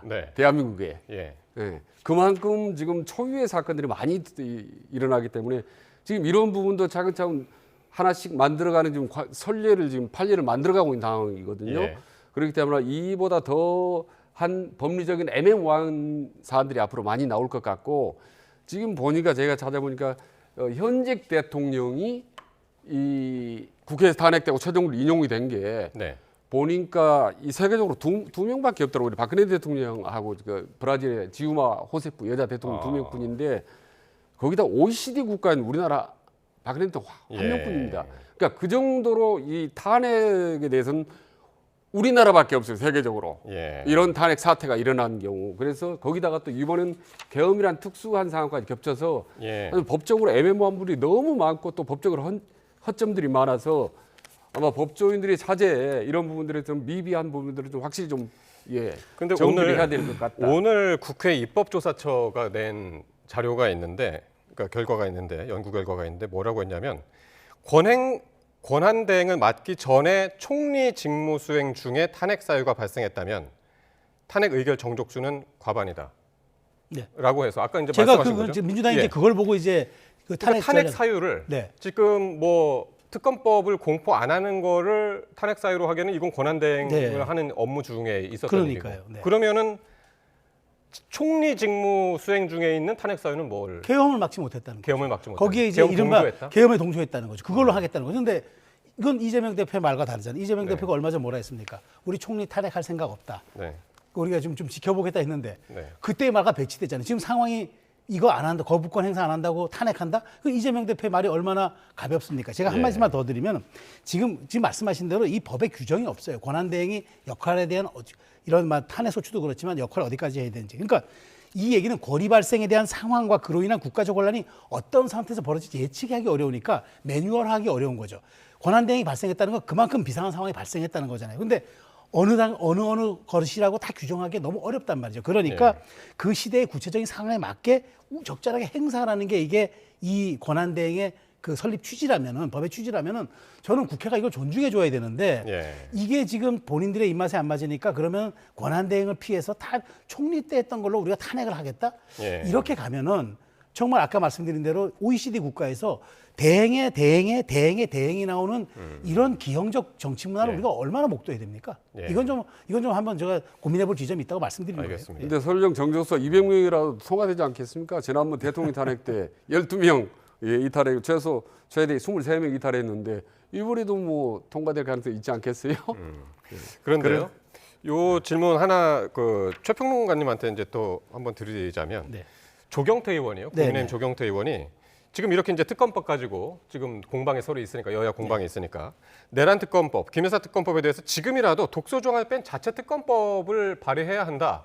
어떻게 보면은 이거 한동훈 전 대표가 했던 그런 전략과 좀 비슷한 것 같기도 하고 어떻게 보시나요? 그러니까 내란 특검법과 지금 이 김건희 여사 특검법 이게 네. 막 촌각을 다투는 법은 아니잖아요. 이미 한 네. 트랙으로 수사는 진행되고 있고 지금 뭐 명태균도 지금 조사가 진행되고 있으니까 저는 이렇게 봅니다. 사실 지금 내란 특검법과 김여사 특검법은 의혹과 뭐 주장 14개가 담겨 있으니까 정말 이거는 좀 한번 들여다볼 필요가 있고 또 내란 특검법도 어쨌든 야당이 두 당이 추천한 사람이 특검이 되는 거잖아요. 그러면 야당이 입맛에 맞게끔 이제 나올 수 있다는 가능성이 높게 되는 건 나중에 이렇게 되면 국민들이 이제 과연 동의할 수 있겠느냐 그런 지점에서 저는 이번이라도 만일 이게 합의가 된다 그러면 국민의힘이 이 카드를 가지고 일단 이번 법안은 거부권 행사하고 우리가 야당과 자체 발의해서 다시 법안을 발의할 테니 그거는 거부권을 행사하지 말아달라라고 정치로 이걸 딜한다 그러면 1월 초에 이 법안이 바로 통과될 수 있어요. 그렇다면 사실은 일주일 정도 차이가 나는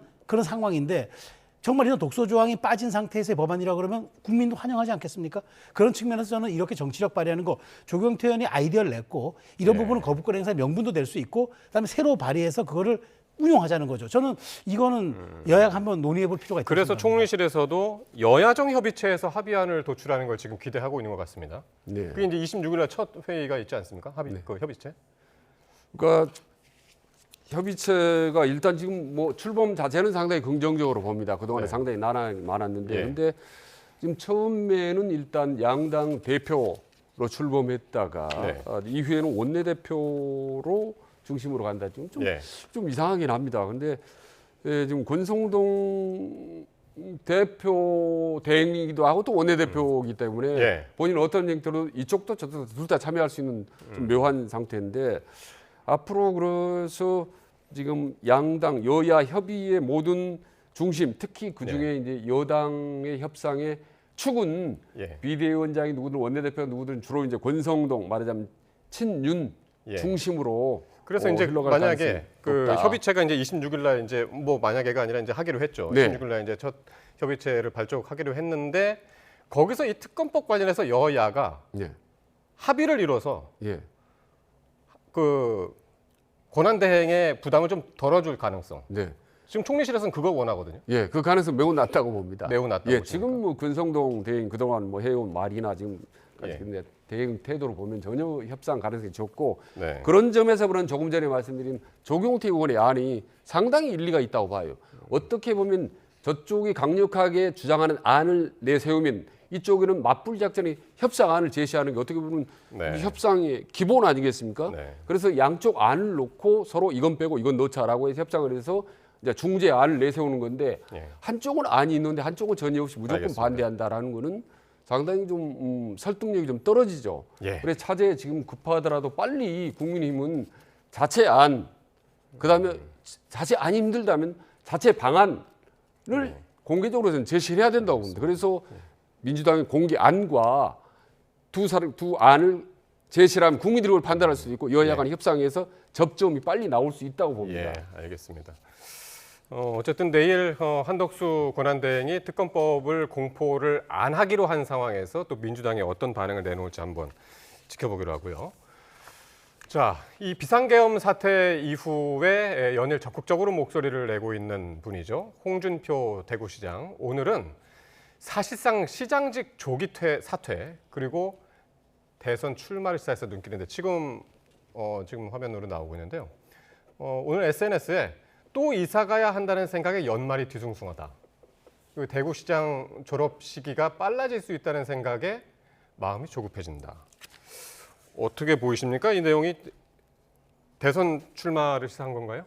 대선 출마를 시사한 건 100% 맞는데 100% 맞습니까? 근데 지난 그 대선 후보였고 그다음에 전직 당대표께서 이 얘기는 잘못하면은 탄핵 심리를 그냥 그 인용을 한 가능성을 인정하고 들어가는 것처럼 보일 수 있어서 저는 그게 좀 문제라고 봐요. 그러니까 최소한 결론이 났을 때 60일이라는 준비 시간이 있잖아요. 그러니까 네. 그렇게 판단해도 되는데 충분히 그때까지만 해도 공직 사퇴 시한도 될 텐데 왜 이렇게 벌써 대선 가도에 불을 붙이냐. 그러면 아무래도 뭐 민주당 입장에서도 뭐 홍준표 시장도 이렇게 하는데 우리도 대선 준비해야 되는 것 아니냐고 명분이 될 수도 있기 때문에 오히려 저는 차분히 지켜보자.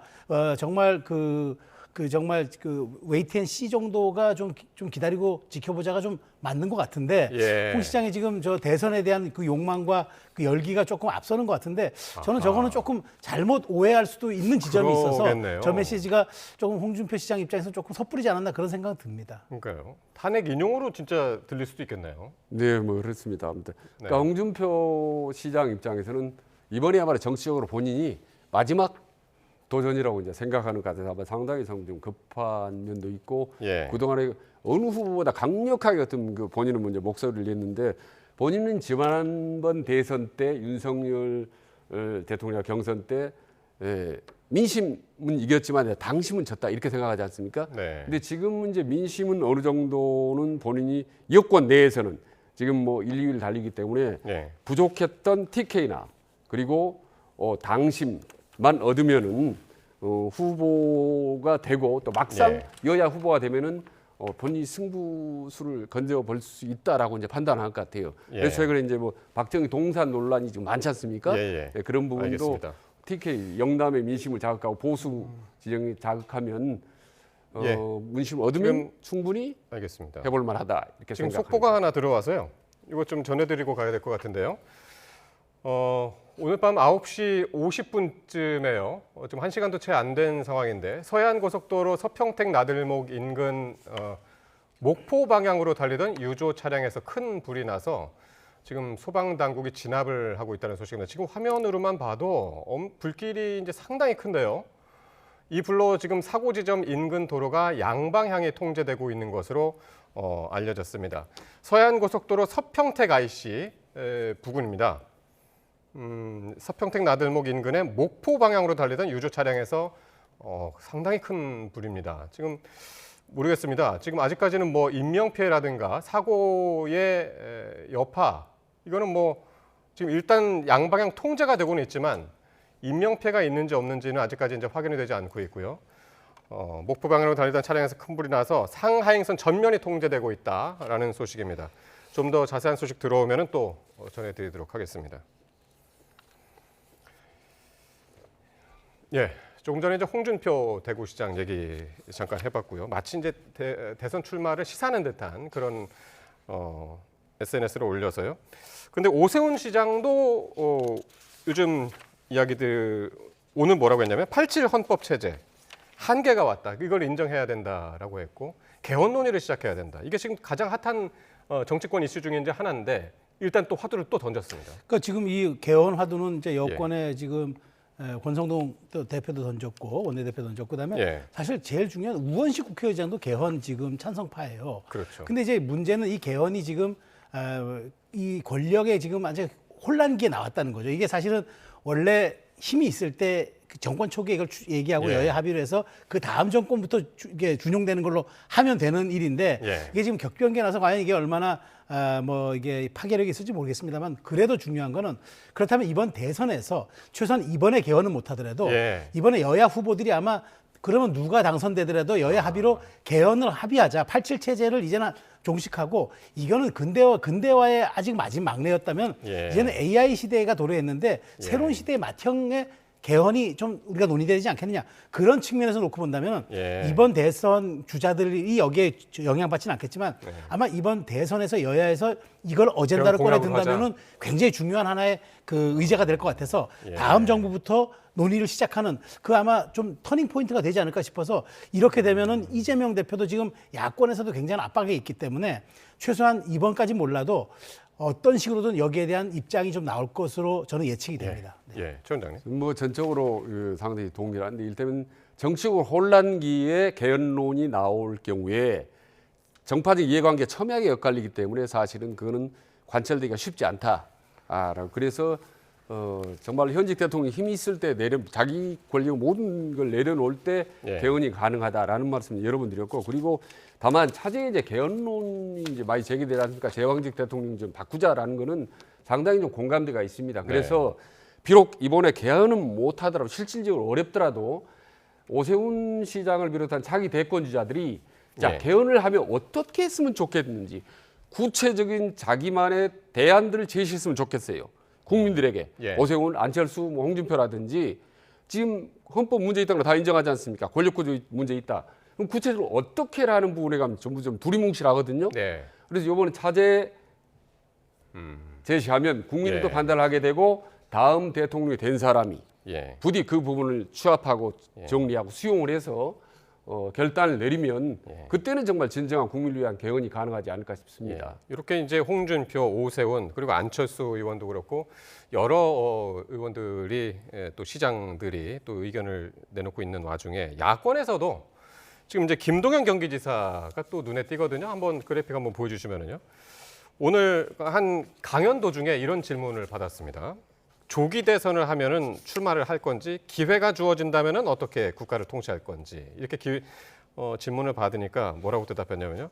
만약에 기회가 주어진다면이라는 구절이 좀 거슬린다. 저는 기회를 만드는 사람이다. 굉장히 적극적으로 발언을 했는데 역시 이 그 시점과 맞물려서 김동연 지사가 차기 대권에 관심이 있는 것 아니야? 이제 그래서 질문이 나온 거기도 하고 답변 어떻게 보셨습니까? 다음 지금 만일 탄핵이 인용되거나 인용되지 않거나 등등 다 감안했을 때 결국에 지금 대선에서 핵심이 이겁니다.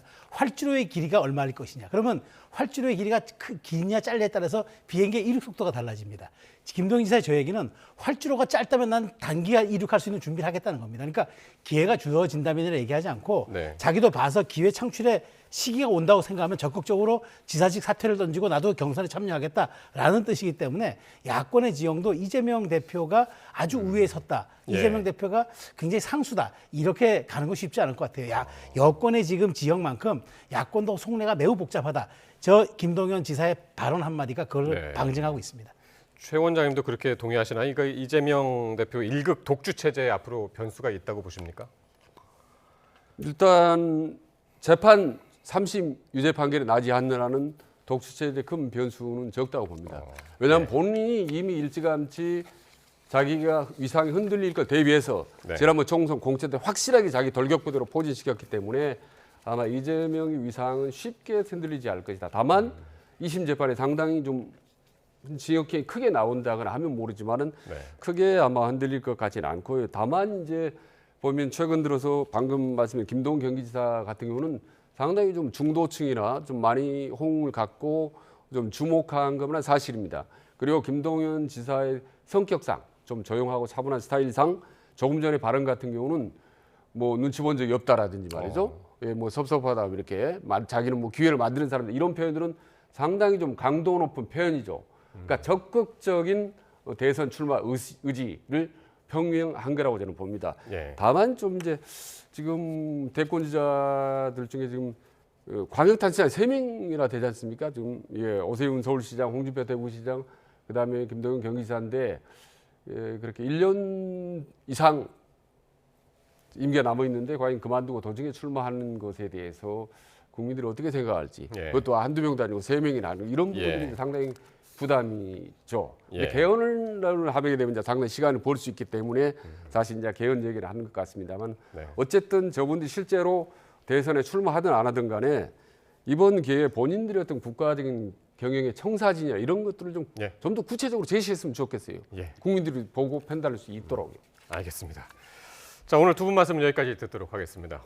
최수영 정치평론가, 최진 대통령 리더십 연구원장과 함께했습니다. 두 분 고맙습니다. 네, 고맙습니다.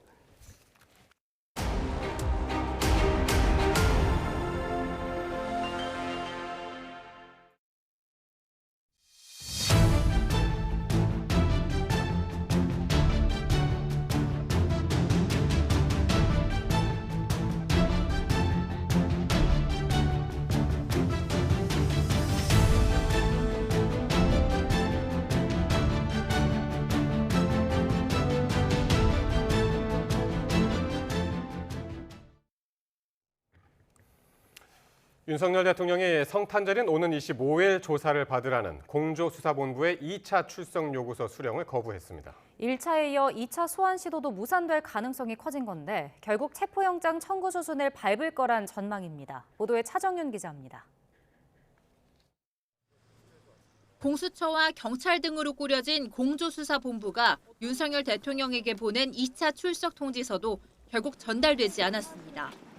총무 비서관실과 부속실에 발송한 건 수취인 불명, 대통령 관저는 수취 거절로 확인된 겁니다. 전자공문 역시 미확인 상태인 것으로 나타났습니다. 이에 따라 성탄절 오전 10시로 계획한 윤 대통령 소환 조사는 불발될 가능성이 커졌습니다. 공조보는 일단 당일까지 기다려보겠다는 입장을 견지하면서도 최종적으로 출석하지 않을 상황에 대비해 여러 시나리오를 검토하고 있습니다. 새 날짜를 정해 3차 출석 요구서를 보내는 방법도 제기되는데 사실상 이번이 최후 통첩이라는 분석이 나오는 만큼 가능성은 크지 않을 거란 전망입니다. 제3의 장소에서 출장 조사하는 방식이나 서면 조사하는 방법도 거론되지만 김건희 여사 살해 당시 여론의 역풍을 맞았던 만큼 공수처가 실행에 옮길지는 미지수입니다. 결국 남은 건 체포영장 카드입니다. 다만 현직 대통령을 상대로 한 첫 사례가 되는 만큼 공수처도 신중하게 접근하고 있습니다. 그래서 2차 소환에 불응을 하면 본부장님 이제 체포영장 청구해야 되는 거 아닙니까? 공수처에서 적절한 절차를 진행하지 않을까 생각하고 있습니다. 윤 대통령이 만약 소환에 응한다면 공조수사본부에 함께하는 경찰도 대면 조사에 참여할 것으로 보입니다. YTN 차정은입니다. 네, 이런 가운데 윤석열 대통령 측은 수사보다는 탄핵 심판이 먼저라는 입장을 밝혔습니다. 사실상 25일 공조본 소환에 불응하겠다는 뜻으로 풀이됩니다. 보도에 신지원 기자입니다. 윤석열 대통령이 수사기관의 출석 요구에 계속 불응하고 있는 상황과 관련해 윤 대통령이 대리인을 통해 입장을 밝혔습니다. 수사보다는 탄핵 심판 절차가 우선이라는 겁니다. 대통령 입장에서는 탄핵 심판이 우선이다 생각하는 거지. 그러면서 박근혜 전 대통령도 탄핵 심판 절차 뒤 대통령 신분을 상실한 상태에서 수사가 진행됐다고 언급했습니다. 권한이 일시 정지됐지만 엄연히 대통령 신분인 만큼 수사기관에 출석해 피의자 조사를 받는 것이 적절하지 않다는 취지입니다. 이는 오는 25일 예정된 공조본의 2차 소환 통보에 사실상 응하지 않겠다는 의미로 풀이됩니다. 그러면서 주된 공론화의 무대는 헌법재판관 참여하에 진행되는 공개된 탄핵 법정이 돼야 하고 이 과정에서 내란죄 성립 여부에 대한 논쟁이 정리될 것이라고도 말했습니다. 결국은 왜 이렇게 비상계엄까지 하게 됐는지 하는 그 부분에 우리는 주목을 해야 됩니다. 수사는 수사기관이 자기네들이 어떤 수사의 범위라고 생각한 부분에 한해서만 대통령은 답답하죠. 그렇지 않겠습니까? 윤 대통령 측은 변호인단이 선임계를 제출하지 않고 수사와 심판에 필요한 서류 송달을 거부하는 것에 대해 시간 끌기는 아니라고 반박했습니다. 하지만 수사와 탄핵에 당당히 맞서겠다던 윤 대통령이 법적 절차를 차일피일 미루며 사실상 지연 전략을 선택한 것 아니냐는 해석이 나옵니다. YTN 신지원입니다. 윤석열 대통령이 탄핵 관련 서류를 일주일 넘게 반송하는 것과 관련해 헌법재판소가 윤 대통령이 탄핵 심판 서류를 받은 것으로 간주하기로 했습니다. 천재현 헌법재판소 부공보관은 대법원 판례에 따라 발송 송달의 효력은 소송 서류가 송달한 곳에 도달된 때 발생한다며 이같이 밝혔습니다. 그러면서 지난 16일부터 전자문서 등으로 서류를 보냈지만 우편으로 발송한 19일을 발송 송달 시점으로 판단했고 서류가 도달한 날은 20일로 해석할 수 있다고 설명했습니다. 헌재는 또 오는 27일 첫 변론 기일은 예정대로 진행된다고 덧붙였습니다. 노상원 전 정보사령관이 주도한 햄버거 회동은 합동수사본부의 별도의 수사 2단을 만들기 위한 모임이었다고 경찰이 밝혔습니다. 경찰이 확인한 수사 2단의 첫 임무는 중앙선관위 서버 압수였습니다. 배민혁 기자입니다. 비선 실세로 지목된 노상원 전 정보사령관은 경기 안산 점집 근처 햄버거 가게에서 두 차례 회동을 주도했습니다. 문상우 정보사령관의 9.3의 육군 제2기갑 여단장까지 참석해 계엄 사전 모의가 이루어졌습니다.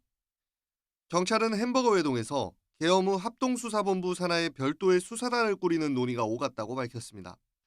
노 전 사령관을 주축으로 수사 2단을 만들고 단장부터 부대원까지 60여 명 규모로 구성한다는 세부 실행 계획을 파악했습니다. 경찰은 수사 2단 출범을 위한 인사 발령 문건까지 국방부에서 확보했습니다. 계엄 포고령 발령 후 김용현 전 국방부 장관이 수사 2단 문건을 전달해 구체적인 인사계획 작성으로 이어졌던 겁니다. 경찰은 노 전 사령관을 위시한 수사 2단의 첫 임무를 중앙선관위 서버 압수로 보고 있습니다. 실제 정보사령부 소속 계엄군은 계엄 선포 2분 만에 선관위 전산실 진입에 성공했습니다. 정보사 정모 대령 역시 케이블 타이와 두건 등 강제 통제 방안을 활용해 선관위 직원을 제압하려 했다고 시인하기도 했습니다. 야권에서 제기한 수사 2단 의혹이 관련 물증으로 확인되면서 선관위 장악 전모의 실체도 속속 드러나고 있습니다. YTN 배민혁입니다. 경찰이 확보한 노상원 전 정보사령관의 수첩에는 정치인과 언론인, 종교인 등을 수거 대상으로 지목한 글자 말고도 사살이라는 표현이 쓰인 것으로 나타났습니다. 우종수 경찰청 국가수사본부장은 국회 행정안전위원회 전체 회의에서 노 전 사령관 수첩에 사살이라는 표현이 있었던 게 사실에 부합하느냐는 민주당 윤건영 의원의 질의에 저희가 조사한 것과 거의 부합한다고 답했습니다. 우 본부장은 또 수첩에 오물풍선에 관한 표현도 있었느냐는 질의에 있었던 것으로 기억한다고 말했습니다. 노상원 전 사령관의 수첩에 적힌 내용이 비상계엄의 준비와 실행 과정의 전모를 푸는 단서가 될지 주목되는데요. 과연 어디까지가 계엄군의 계획과 지시에 포함됐는지를 밝히는 게 수사의 관건이 될 것으로 보입니다. 보도에 부장원 기자입니다. 경찰 특별수사단이 공개한 노상원 전 정보사령관의 수첩 내용은 지난 3일 밤 발표된 비상계엄 포고령 1호의 문구와 상당 부분 겹칩니다. 수첩에 국회 봉쇄라는 표현은 포고령에 국회에서의 정치활동 일체를 금한다는 부분과 정치인과 언론인 등을 수거 대상으로 표현하고 처리 방법을 언급한 건 포고령 위반자는 체포하고 처단한다는 부분과 맞닿아 있습니다. 수첩과 포고령 사이 연관성은 노 전 사령관이 포고령 초안을 작성했다는 의혹을 수사하는 경찰도 주목하는 부분입니다. 또 서해 북방 한계선 NLL에서 북한의 공격을 유도한다는 내용 역시 실제 논의 정황이 있는지 조사가 필요합니다. 평양 무인기 침투, 북한 쓰레기 풍선 원점 타격 지시 의혹 등과 비상계엄 사이 연관성을 밝혀야 하기 때문입니다. 그런 만큼 비상계엄 사태의 위법성을 수사하는 경찰은 수첩의 내용 가운데 어디까지가 실제 계엄군 계획이나 지시에 포함됐는지 밝히는데 주력할 것으로 보입니다. 하지만 윤석열 대통령이나 김용현 전 국방부 장관 측은 수사와 재판 과정에서 수첩 내용은 노 전 사령관 개인의 생각일 뿐이라고 선을 그을 가능성도 있습니다. 이에 따라 경찰 특수단은 윤 대통령 개인 휴대전화의 통신 내역을 분석하며 대통령실과 경호처에 대한 압수수색 시도 등 추가 자료 확보 방안도 검토하고 있습니다. YTN 부장원입니다. 이처럼 국군 정보사령부를 거쳐간 예비역들이 계엄을 모의한 정황이 속속 드러나고 있고 또 현역 군인들이 여기에 가담을 하면서 정보사령부가 이번 계엄의 핵심이었던 게 아니냐는 지적이 나오고 있습니다. 김문경 기자입니다. 국군 정보사령부는 부대로고만 알려졌을 뿐 규모나 임무 등은 철저히 비밀입니다. 신분을 위장하고 세계 각지에서 정보를 수집하거나 유사시 북파 공작 등의 임무를 수행하는 정도로만 알려져 있을 뿐입니다. 지난 7월에는 해외에서 활동 중인 이른바 블랙 요원의 신분이 노출되면서 위험에 빠지자 이들을 모두 철수시킨 적도 있습니다. 평시에는 북한뿐만 아니라 주변국에 대한 정보 수집을 진행하고 또한 특별한 경우에는 대북 응징 작전을 수행하는 것으로 알려져 있습니다. 음지에서 국가의 안보에 헌신하던 정보사가 엉뚱하게도 이번 계엄 모의와 실행의 핵심 조직으로 떠올랐습니다. 정보사 전현직 사령관은 물론 여기에 가담한 혐의로 전 정보사 출신 대령까지 구속된 겁니다. 특히 경찰이 확보한 노상원 전 정보사령관의 수첩이나 계엄 당시 상황을 보면 구체적인 정황도 드러납니다. 각 군부대 배치 방안, 별도의 수사단 구성과 함께 북방 한계선에서의 북한의 공격을 유도한다는 표현도 발견됐습니다. 계엄 선포 직전 육군 기갑여단장이 판교에 있는 정보사 사무실로 향하기도 했고 북파 공작 훈련을 받던 HID 요원들까지 불러들이기도 했습니다. 지금 질문하셨던 그런 비슷한 류의 보도들의 사실 여부에 대해서는 수사를 통해서 확인돼야 할 것으로 생각합니다. 문상호 정보사령관도 햄버거 배동에 참여하는 등 정보사는 6년 전에 제대한 민간인 노상원에 휘둘린 정황이 곳곳에서 발견됩니다.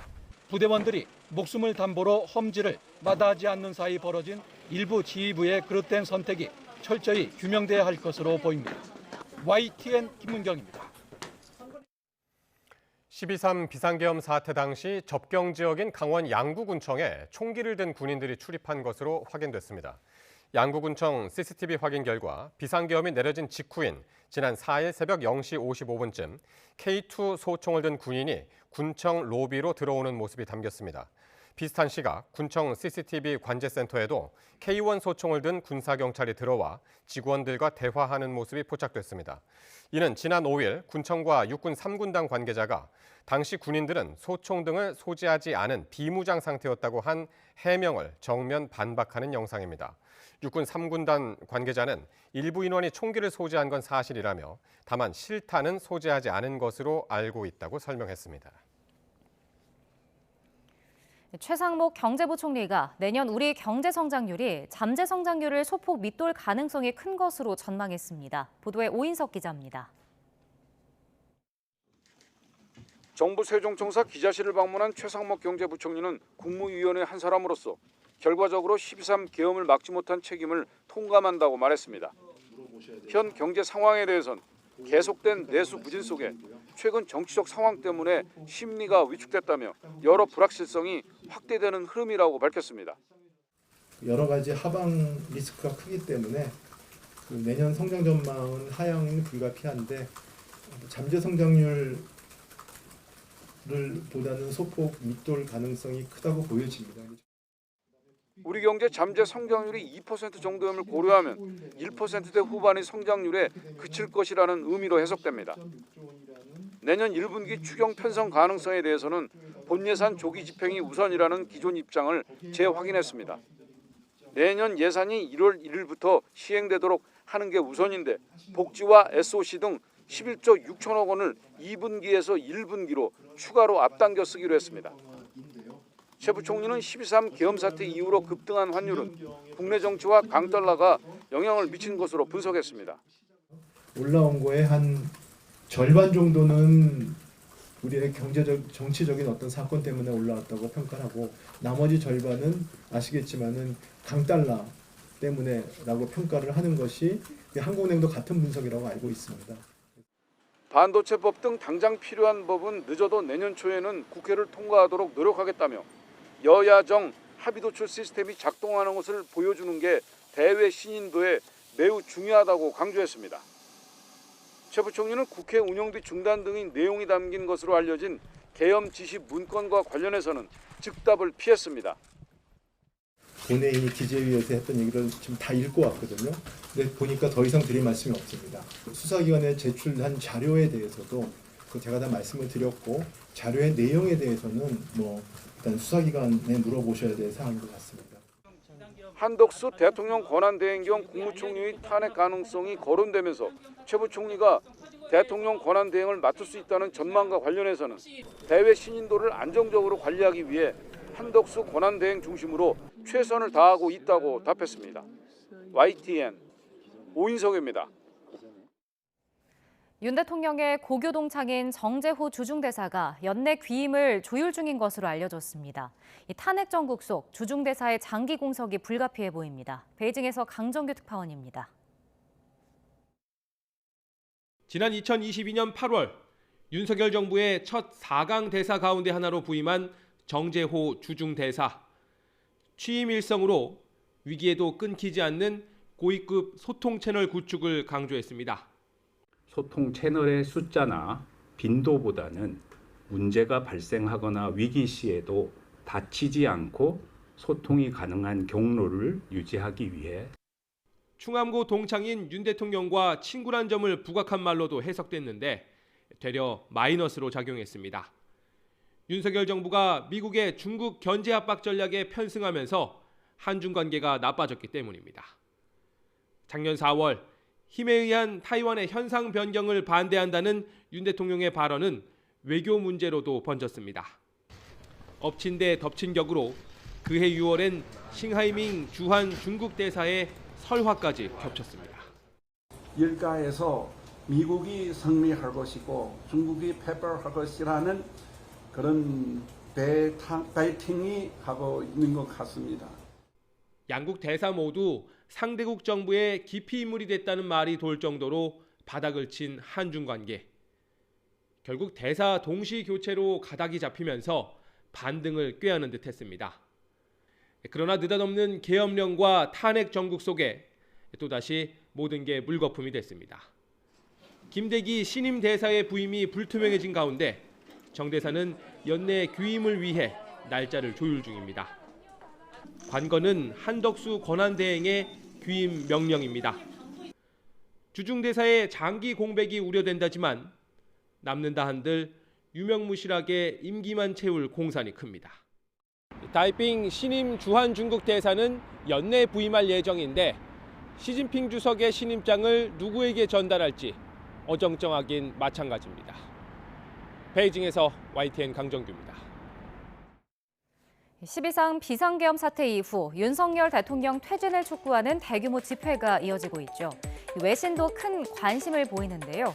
특히 집회에 등장한 이른바 패러디 깃발을 집중적으로 조명하고 있습니다. 그렇다면 어떤 깃발들이 있었을까요? 시위에 참여하려고 먼 곳에서 멀미약을 먹고 왔다는 전국 멀미인 연합부터 계엄 사태로 각종 일정과 약속이 밀렸다는 일정 밀린 사람 연합까지 등장했습니다. 만두노총 군만두노조, 방구석 피자토핑 연구회, 화난 고양이 집사 연맹 등도 눈길을 끌었습니다. 모두 실존하지 않는 패러디 단체들입니다. 뉴욕타임스는 하나하나 영문 설명까지 달면서 이 패러디 깃발들을 소개했습니다. 그러면서 윤 대통령 퇴진을 요구하는 한국인들이 농담과 풍자로 분노를 표현하고 있다고 보도했습니다. 심각한 시위조차 매력적이고 낙관적이면서 축제 같은 분위기가 될 수 있다는 점을 한국인들이 보여주고 있다고 덧붙였습니다. 외신들은 또 MZ세대가 주도하는 집회 문화에도 주목했습니다.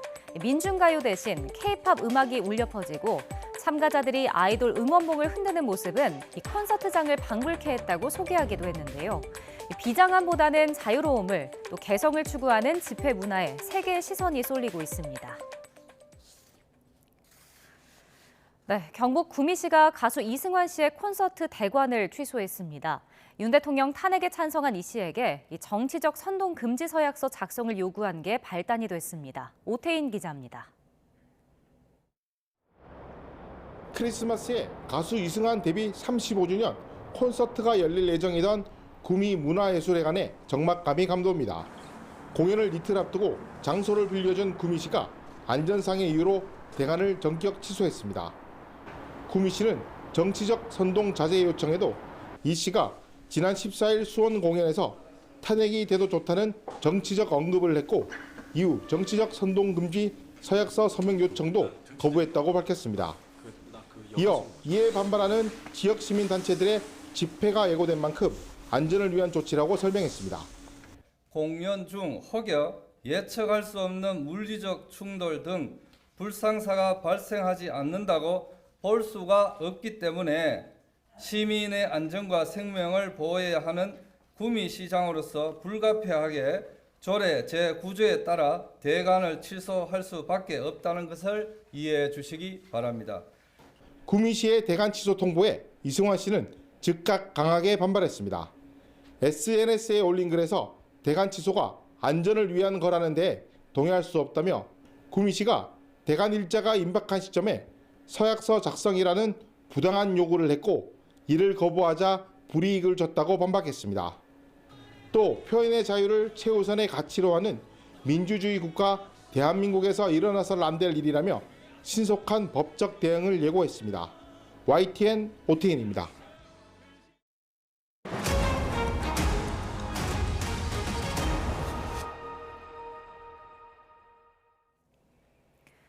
최근 10년 동안 서울에 하얀 눈이 내려 쌓인 화이트 크리스마스는 단 2차례에 불과했습니다. 올해는 어떨지 정혜윤 기자가 전해드립니다. 지난해 성탄절, 서울을 비롯해 전국 곳곳이 새하얀 눈으로 뒤덮였습니다. 화이트 크리스마스가 찾아온 겁니다.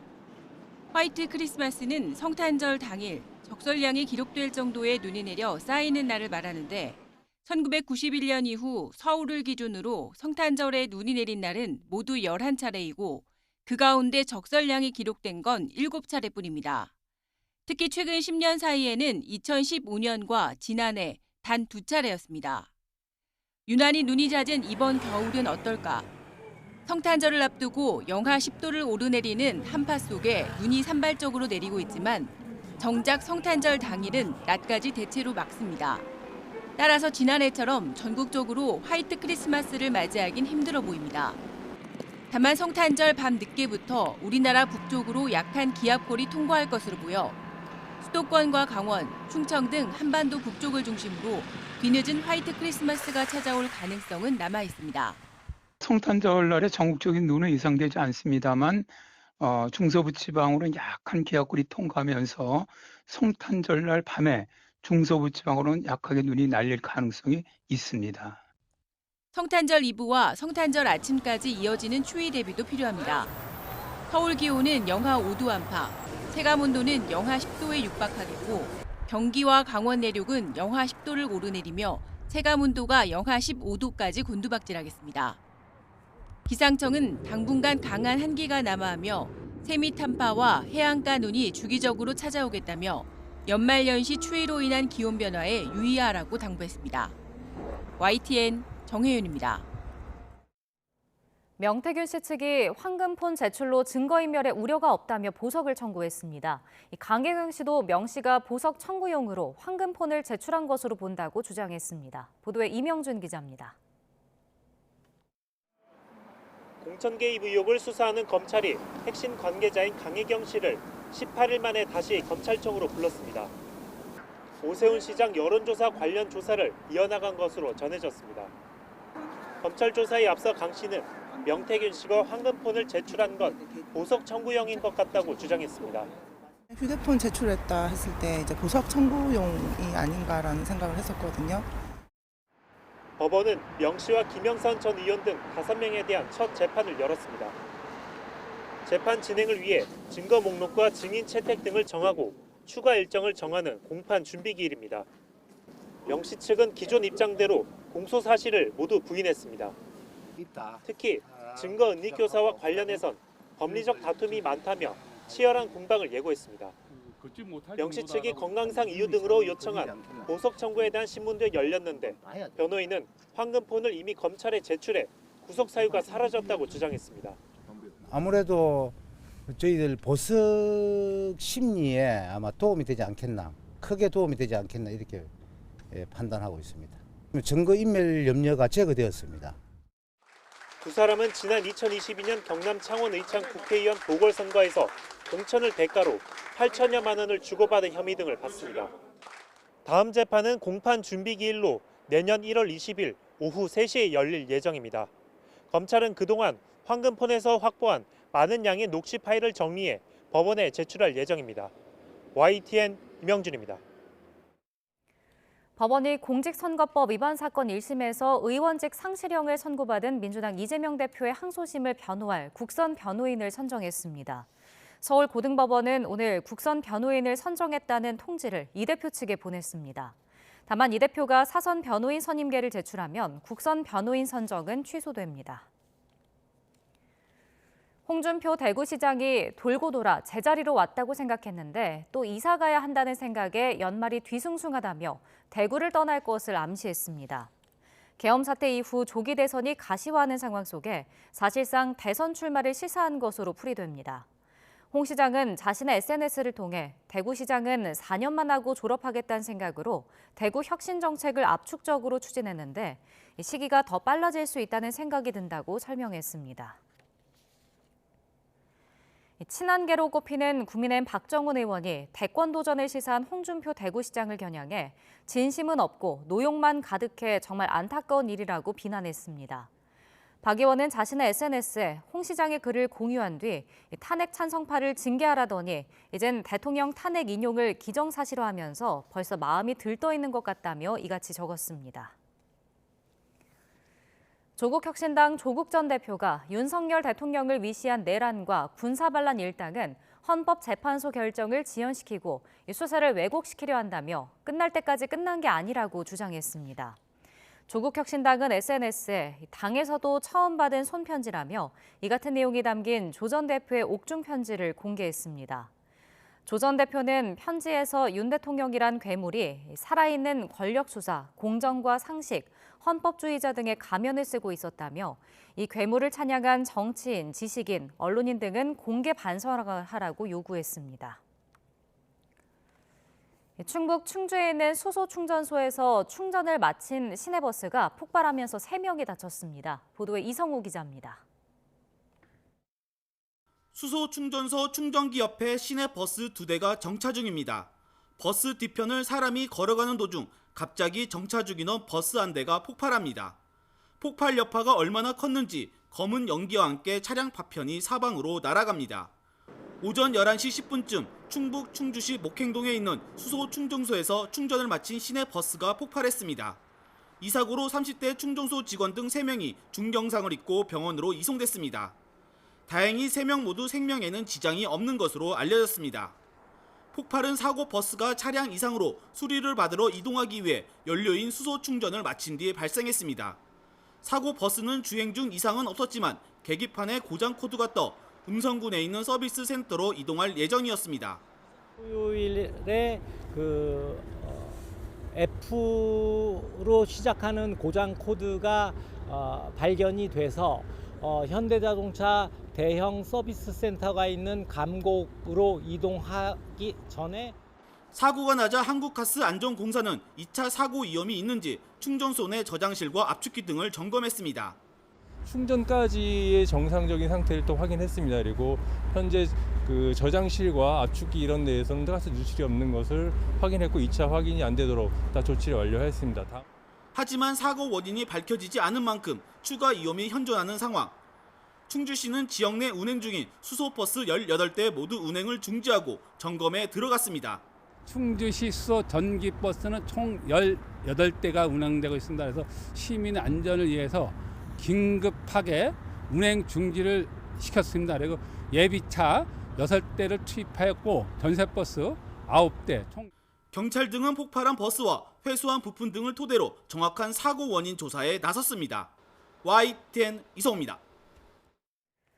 네, 앞서 속보로 전해드렸던 내용인데요. 이 서해안고속도로 서평택 나들목 인근을 달리던 유조차에서 큰 불이 났습니다. 이 불로 서평택 나들목과 서평택 분기점 사이 양방향이 전면 통제됐습니다. 취재기자 연결해서 자세히 알아보겠습니다. 박광열 기자, 관련 소식 전해주시죠. 네, 불이 난 건 오늘 밤 9시 50분쯤입니다. 이 서해안고속도로 하행선 목포 방면 서평택 분기점을 지나서 이 서평택 나들목으로 달리던 유조차에서 불이 났습니다. 지금 보시는 화면에서 화염과 함께 연기 많이 발생하는 거 보고 계실 텐데요. 이 주행 중 가드레일 들이받고 넘어져서 화재가 발생했다, 이런 신고가 접수됐습니다. 이 유조차에선 보시는 것처럼 큰 불과 함께 심한 연기까지 발생했고요. 이 바람의 영향으로 불이 반대편 차선, 그러니까 이 상행선까지 옮겨 붙으면서 상하행선 모두 전면 통제됐습니다. 한국도로공사는 긴급 안내 문자를 통해서 유조차 화재로 서평택 나들목에서 서평택 분기점까지 양방향을 차단했다며 인근 국도로 우회해 주길 바란다고 설명했는데요. 이 현장 제보자는 YTN과의 통화에서 현재 1시간가량 대기하고 있는 상황이고 또 언제 화재가 진압될지 예측할 수 없다면서 이 노면에는 다수의 기름등이 보인다라고 상황을 전하기도 했습니다. 아직 차량 운전자를 포함한 정확한 인명피해 여부는 확인되지 않고 있는데요. 지금도 현장에 강한 바람이 불고 있고 또 차량이 상당량의 기름을 실었던 것으로 보이는 만큼 이 화재 진압까지 상당한 시간이 소요될 가능성 배제할 수 없는 상황입니다. 더 자세한 내용 들어오는 대로 전해드리겠습니다. 지금까지 사회부에서 YTN 박광열입니다. 고령 일자리가 늘면서 65세 이상 노년층이 3명 중에 1명꼴로 취업 상태인 것으로 집계됐습니다. 통계청이 발표한 2023년 생애 단계별 행정 통계에 따르면 지난해 10월 기준 등록 취업자 중 노년층은 312만 2천 명이었습니다. 1년 전과 비교해 노년층 일자리는 25만 5천 명이 증가했고 취업자 비중도 31.7%에서 32.9%로 늘었습니다. 노년층 전체 인구보다 취업자가 더 빠르게 늘면서 취업자 비중이 3명 중 1명꼴로 증가한 겁니다. 논술시험 불공정성을 이유로 시험 무효 소송을 제기한 연세대 자연계 논술시험 수험생 측이 지난 20일 서울 서부지방법원에 소취하서를 제출했습니다. 수험생 측은 선고 기일이 정시 접수 마감 시한 이후인 내년 1월 9일로 잡힌 만큼 이 소송을 진행하는 것이 실효성이 없다는 판단을 했다고 설명했습니다.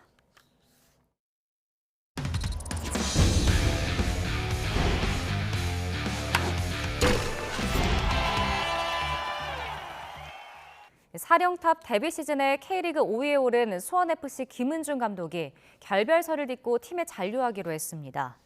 수원FC는 김 감독과 최순호 단장이 악수하는 사진을 공유하며 오는 2026년까지 동행을 이어간다고 발표했습니다. 20세 월드컵에서 우리나라의 4강 진출을 이끈 김은중 감독은 지난해 12월 수원FC 지휘봉을 잡아 각종 악재 속에서 파이널A 진출에 성공하고 5위로 시즌을 마쳤습니다. 이기흥 대한체육회장이 3선 도전을 공식 선언했습니다. 본인이 악마화됐다면서 결백을 호소했습니다. 조은지 기자입니다. 지지자들의 열띤 응원을 받으며 이기흥 대한체육회장이 3선 도전을 공식 선언했습니다. 넥타이와 배지, 또 정책 비전까지 현역 IOC 위원임을 전면에 내세웠습니다. 하지만 이 회장은 각종 의혹을 해명하는데 77분의 마라톤 회견 대부분을 할애했습니다. 대한민국 모든 권력기관의 전방위 압박 속에 본인이 악마화됐다는 겁니다. 물러날 수 있는 그런 룸이 전혀 없이 저를 코너로 이렇게 몰았습니다. 도대체 뭐를 잘못을 해서 이렇게 나를 악마화하나. 선수단장이 억대 보양탕을 사준 건 관례고 파리올림픽 참관단에 민간인 5명이 포함된 건 지속적인 후원에 따른 감사 표시, 또 부정 채용으로 의심받는 딸 친구 고용 사실은 우연이며 문제가 없다고 반박했습니다. 이기흥 회장은 모든 일은 문체부의 관리 감독 아래서 이루어진 거라며 사필 규정이라고 말했습니다. 잘못을 추궁하려면 그 승인해 준 사람이 책임을 져야 되는 겁니다. 딱 부러지게 뭐가 나오지 않잖아요. 샘물처럼 이게 파서나오는 게 아니에요. 이기흥 회장은 또 우리나라 최고 기관의 고위 관계자가 다른 자리를 제안하며 불출마를 종용했다면서 정부의 개입을 금지하는 IOC 헌장 위반 의혹도 애둘러 언급했습니다. 노력도 많이 하시고 고생도 하셨는데 다른 분야에서도 또 일을 해보시면 어떻겠습니까? 그건 뭐 난 인간적으로 충분히 대화가 뭐 있을 수 있다고 생각을 합니다. 월급도 없이 1년에 평균 10만 킬로미터를 누빌 정도로 열심히 일했다고 자평한 이기흥 회장은 선거 판세를 묻는 말에 체육인들이 잘 판단할 거라고 여유를 보였습니다. 야권의 단일화 논의가 난항을 겪는 가운데 체육회장 선거는 성탄절까지 이틀간 기탁금 7천만 원을 내는 후보 등록을 받습니다. YTN 조은지입니다. 올여름 파리올림픽에서 역대 최고 성과를 낸 우리나라 사격 메달리스트가 해를 넘기지 않고 포상금을 받습니다. 연맹은 크리스마스 이브에 별도의 행사 없이 선수들에게 포상금을 지급할 계획입니다. 우리나라 사격은 파리에서 금메달 3개, 은메달 3개를 따냈으며 금메달리스트는 1인당 1억 1,300만 원, 은메달리스트는 5,500만 원을 받습니다. 사격 연맹 회장이던 신명주 명주병원장은 3억 원을 포상금으로 출연하겠다고 약속했지만 올림픽 기간 병원의 임금체불 문제가 불거져 돈을 내지 않고 갑작스럽게 사퇴했습니다.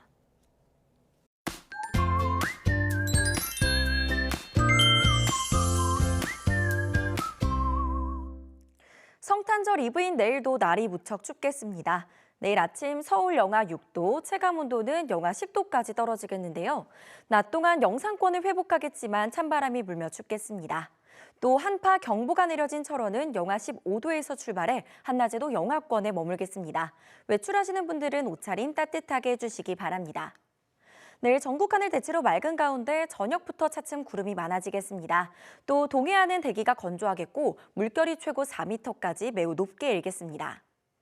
내일 아침 기온은 오늘과 비슷하겠습니다. 서울 영하 6도, 대전 영하 5도가 예상됩니다.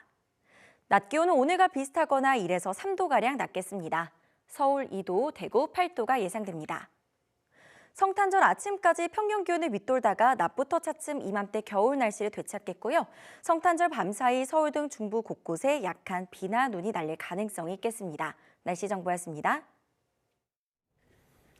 뉴스나이트 월요일 순서 모두 마칩니다. 저희는 내일 밤 9시 40분에 새로운 이슈들과 함께 다시 찾아뵙겠습니다. 시청해주신 여러분 고맙습니다.